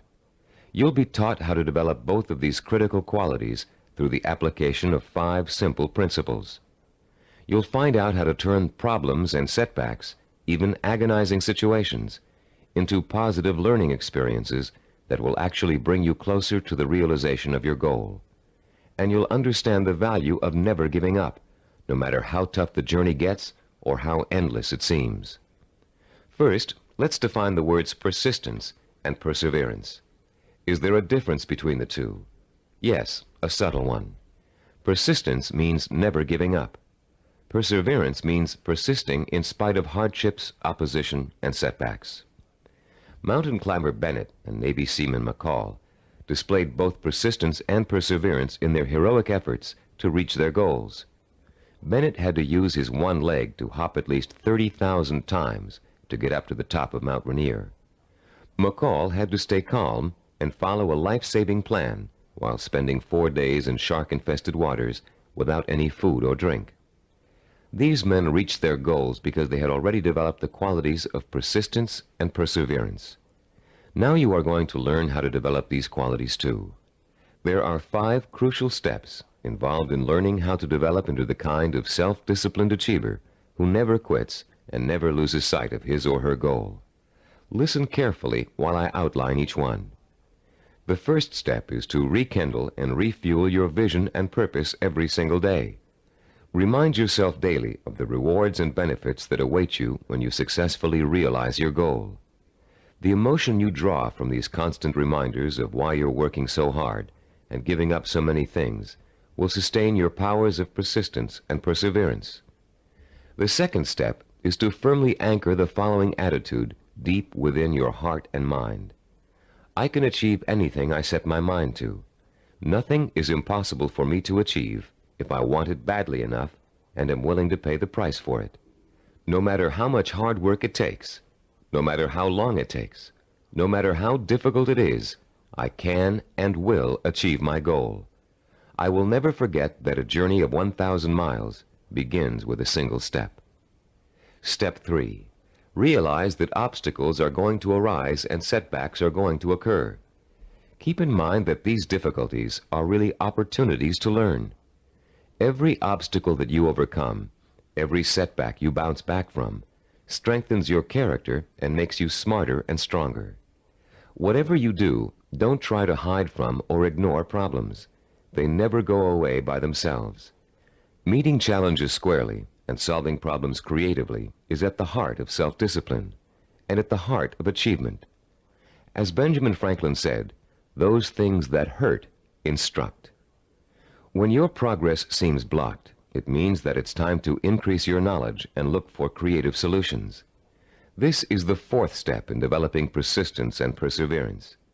You may be doing the wrong things for the right reasons, and now is the time to find out. Start experimenting with taking different paths to your destination. But whatever you do, don't quit. Most people quit when things don't work out as they planned, or when they realize how much hard work they're going to have to do. Remember, a failure is someone who has not learned from his mistakes. Step 5. Turn your work into fun. Make what you have to do into something you want to do. Working towards a lifelong goal shouldn't feel like a sacrifice, because that goal is what you want more than anything in the world. If you follow these 5 steps faithfully, your long road to success will turn into an exciting journey of knowledge, discovery, challenge, and reward. And for as long as you feel you're making progress, even hard work and minor interferences won't shake you from your purpose. The real problem arises when a major setback occurs, especially if it's unforeseen. A seemingly insurmountable obstacle is often enough to make even the most determined achiever decide that the fight simply isn't worth it. Setbacks make people give up just at the point when they should not. How can you deal successfully with setbacks? How can you learn not to feel like a failure when it suddenly seems that all of your hard work may have been for nothing? There are 5 ways you can turn every setback you encounter into a learning experience, one that will leave you stronger and wiser and more determined than ever to keep working toward your goal. Listen carefully while I outline each one in turn. First, never try to ignore a problem or handicap. Deal with your problems directly. Don't avoid them or try to hide from them. If you want to start a business but can't find people to back you up financially, that doesn't give you the right to plunge into your project with no capital and a lot of ideas for spending money. If you want to become a doctor but don't have the grades to get into medical school, it won't help you to start applying to schools you know you can't get into. When you have a problem, study it from all angles and try to determine the best way to proceed. Which brings us to our second point. Don't blame other people for your setbacks, and don't chalk it up to bad luck. You make your own luck in this life, and you have to solve your own problems. Learn to tackle them head on, being as realistic as possible and as level-headed as possible. Mentors can often provide a great deal of help in a bad situation. Try acting as if you are your own mentor. What would he or she do in your situation? Or what has he or she already done to overcome an obstacle similar to yours? Third, continually strive to strengthen your qualities of self-discipline. Setbacks often occur because of weaknesses in certain areas. Try to turn those weaknesses into strengths. Be your own severest critic, but not your own worst enemy. Don't tell yourself, I failed. Tell yourself, I slipped, but I'm going to pick myself up and go on. Fourth, in almost every setback, there's a seed of opportunity, a silver lining, if you will. Find it and use it. You may find yourself taking a slightly different path to achieving your goal than you first imagined, but you'll get there just the same. Take the new path and see where it leads you. Following this philosophy helps take the emotional sting out of setbacks and is a good antidote for discouragement, and it's a healthier way to react to a bad situation than deciding to give up. Fifth, always remember that no matter how difficult a problem is, or how insurmountable it seems, there's always a solution. A problem is only really a problem if you think you can't solve it. If you take the attitude that every problem has a solution, and you approach your problem with an open and creative mind, you'll find that solution. A young woman we know named Carol Napier was faced with and managed to overcome the kind of setbacks that might make anybody want to give up.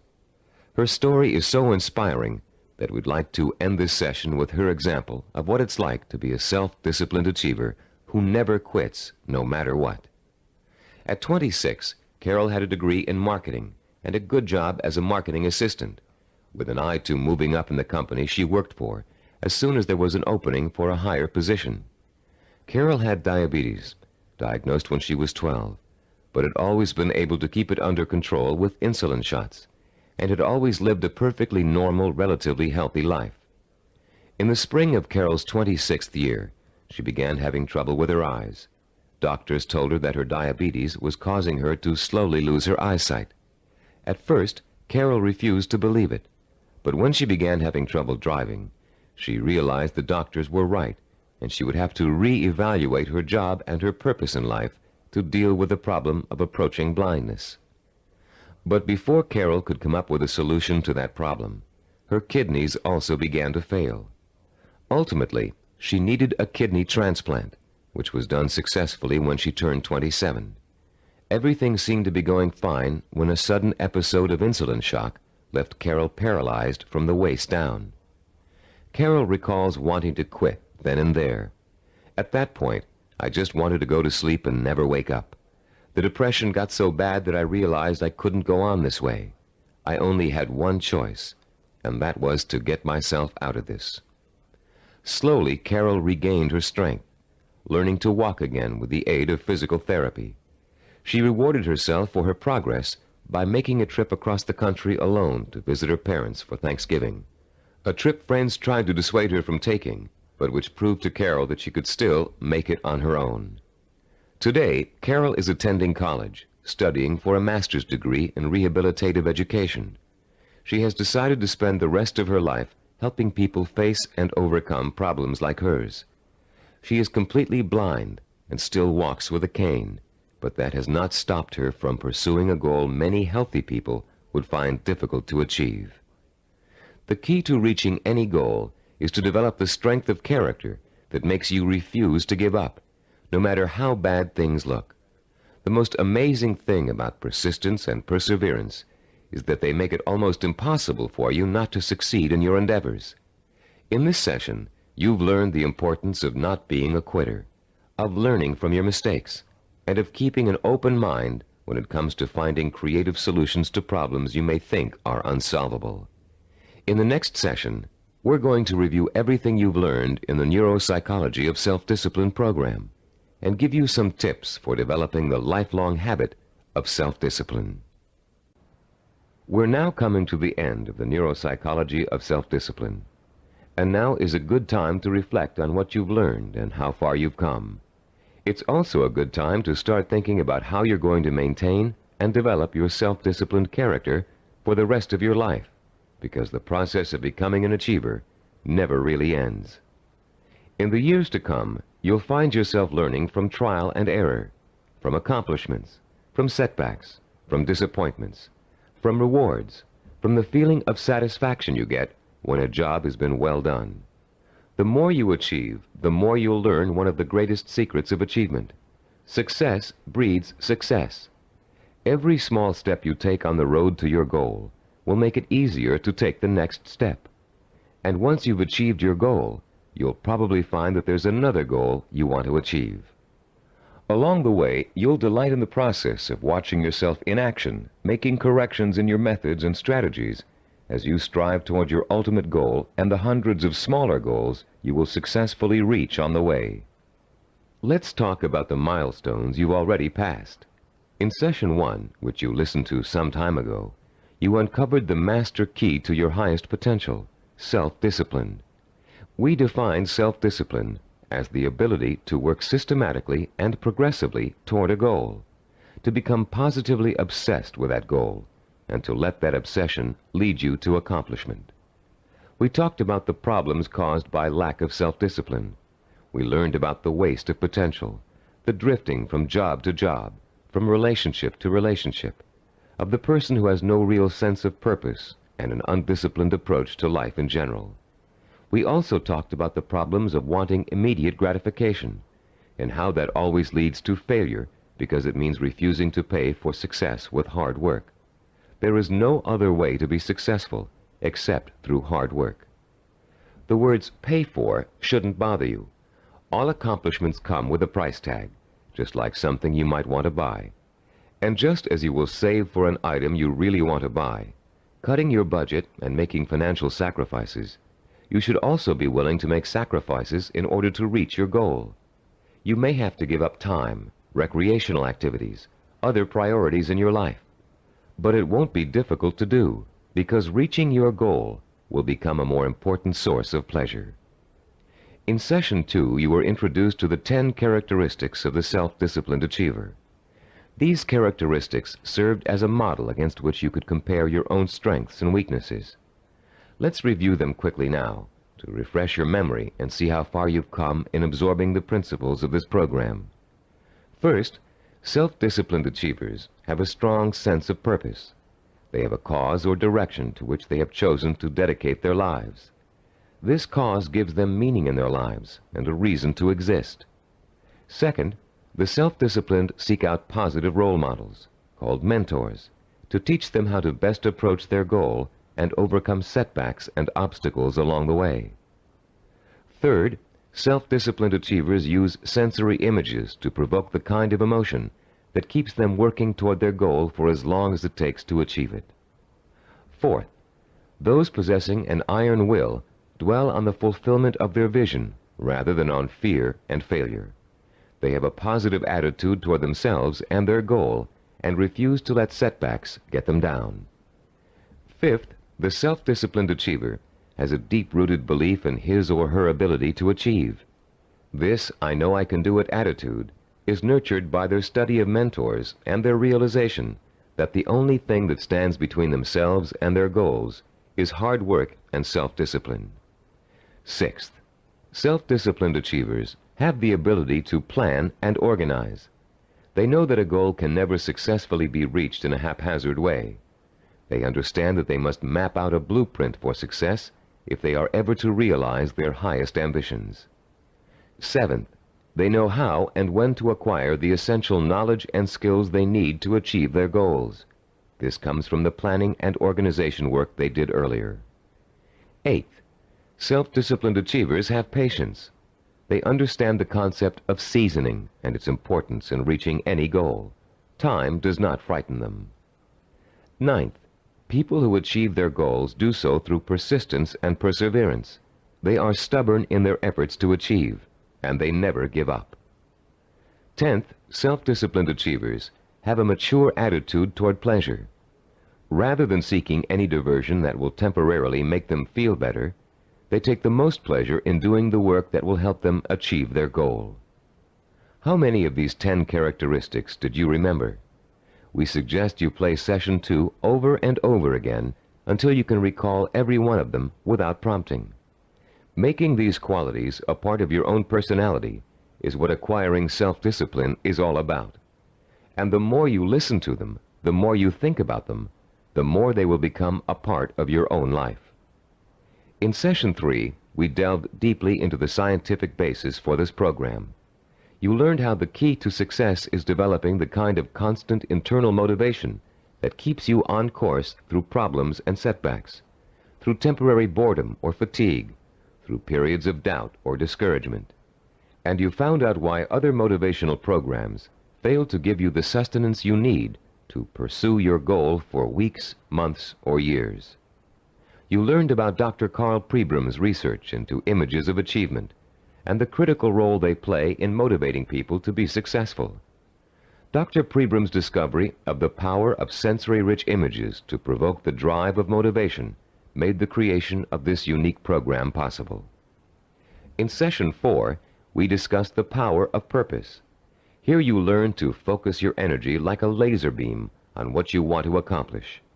You learned how your macro or major purpose really could be broken down into a series of micro or minor achievements.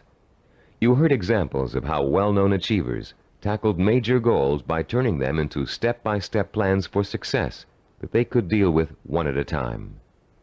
In the same session, you participated in a fascinating exercise that lets you pinpoint, perhaps for the first time, what your most important goal in life really is. You then used that goal to create a statement of purpose that would stand as a beacon in your quest for achievement. In Session 5, we talked about mentors and role models. You learned about the process of modeling, the basis for human learning. We talked about how models are both a blueprint and an inspiration for our own activity and our own growth. You learned how models help shorten the trial and error process we must all go through before chalking up an accomplishment. You also learned how to choose a role model and how to turn that model into an inspirational but not awe-inspiring figure. You learn the value of realizing that your role model has faults and weaknesses just as you do, but has succeeded in spite of them. In Session 6, you learned how to translate your purpose into sensory images that would fuel your inner fire of determination and ambition. And you learn how to daily reinforce your mental images of achievement, to make them a permanent part of your body and mind. In Session 7, you were introduced to visual network planning. This planning system applies to any endeavor, from making a movie to making a run for the presidency. The system works by breaking down what you want to accomplish into logical building blocks. It helps you keep track of your achievements over a long period of time, and is a reward in itself for work well done. In the same session, you learned to become a storyteller. The story was that of your own success. You used your rich powers of imagination and your best verbal skills to detail the steps you took to accomplish your most important goals. In Session 8, you learned about the self-disciplined achiever's attitude toward time. You learned how achievers value patience, how they oppose the kind of quick-fix mentality that leads to general dissatisfaction with life, and how they use single-minded hard work to experience time quickening, a sensation that time is passing much more rapidly than it really is. You also learned about the problem of procrastination, its psychological causes, and the ways in which you can overcome it. You learned why it is considered the single most important cause of failure, and why it's so important for you to develop a do-it-now attitude before you try to do anything else.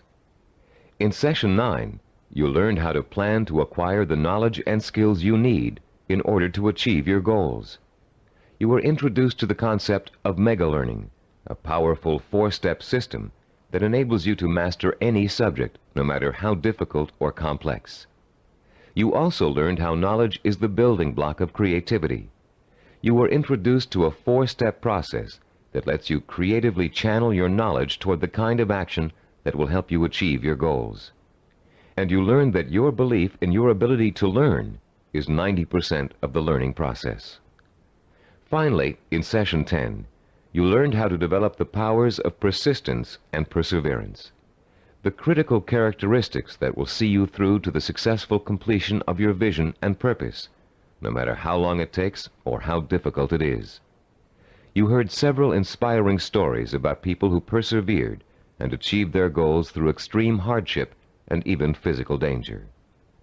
And now, as we come to the conclusion of this program, I'd like to point out that acquiring self-discipline is a never-ending process. There won't come a day when you wake up in the morning and say, "Yes, I'm finally self-disciplined now. There's nothing more I need to do to develop strength of character and determination of will." Self-discipline requires a lifetime of commitment. This doesn't mean you won't develop the habits of self-discipline in a relatively short period of time. It simply means that you must always be vigilant about how you are approaching your goals and what your purpose in life really is. It's all too easy to get sidetracked in something that feels comfortable, but is not what you really set out to achieve. Every small victory will become a cause for celebration, and a chance to renew your faith in your own ability to achieve whatever it is you want in life. And as you achieve it, you will find yourself becoming the kind of person you've always admired, the kind of person who could pursue a goal so single-mindedly, so stubbornly, and so patiently that he or she could not help but achieve it. I'm Richard Gebhardt. Thank you for joining me in this Cybervision program.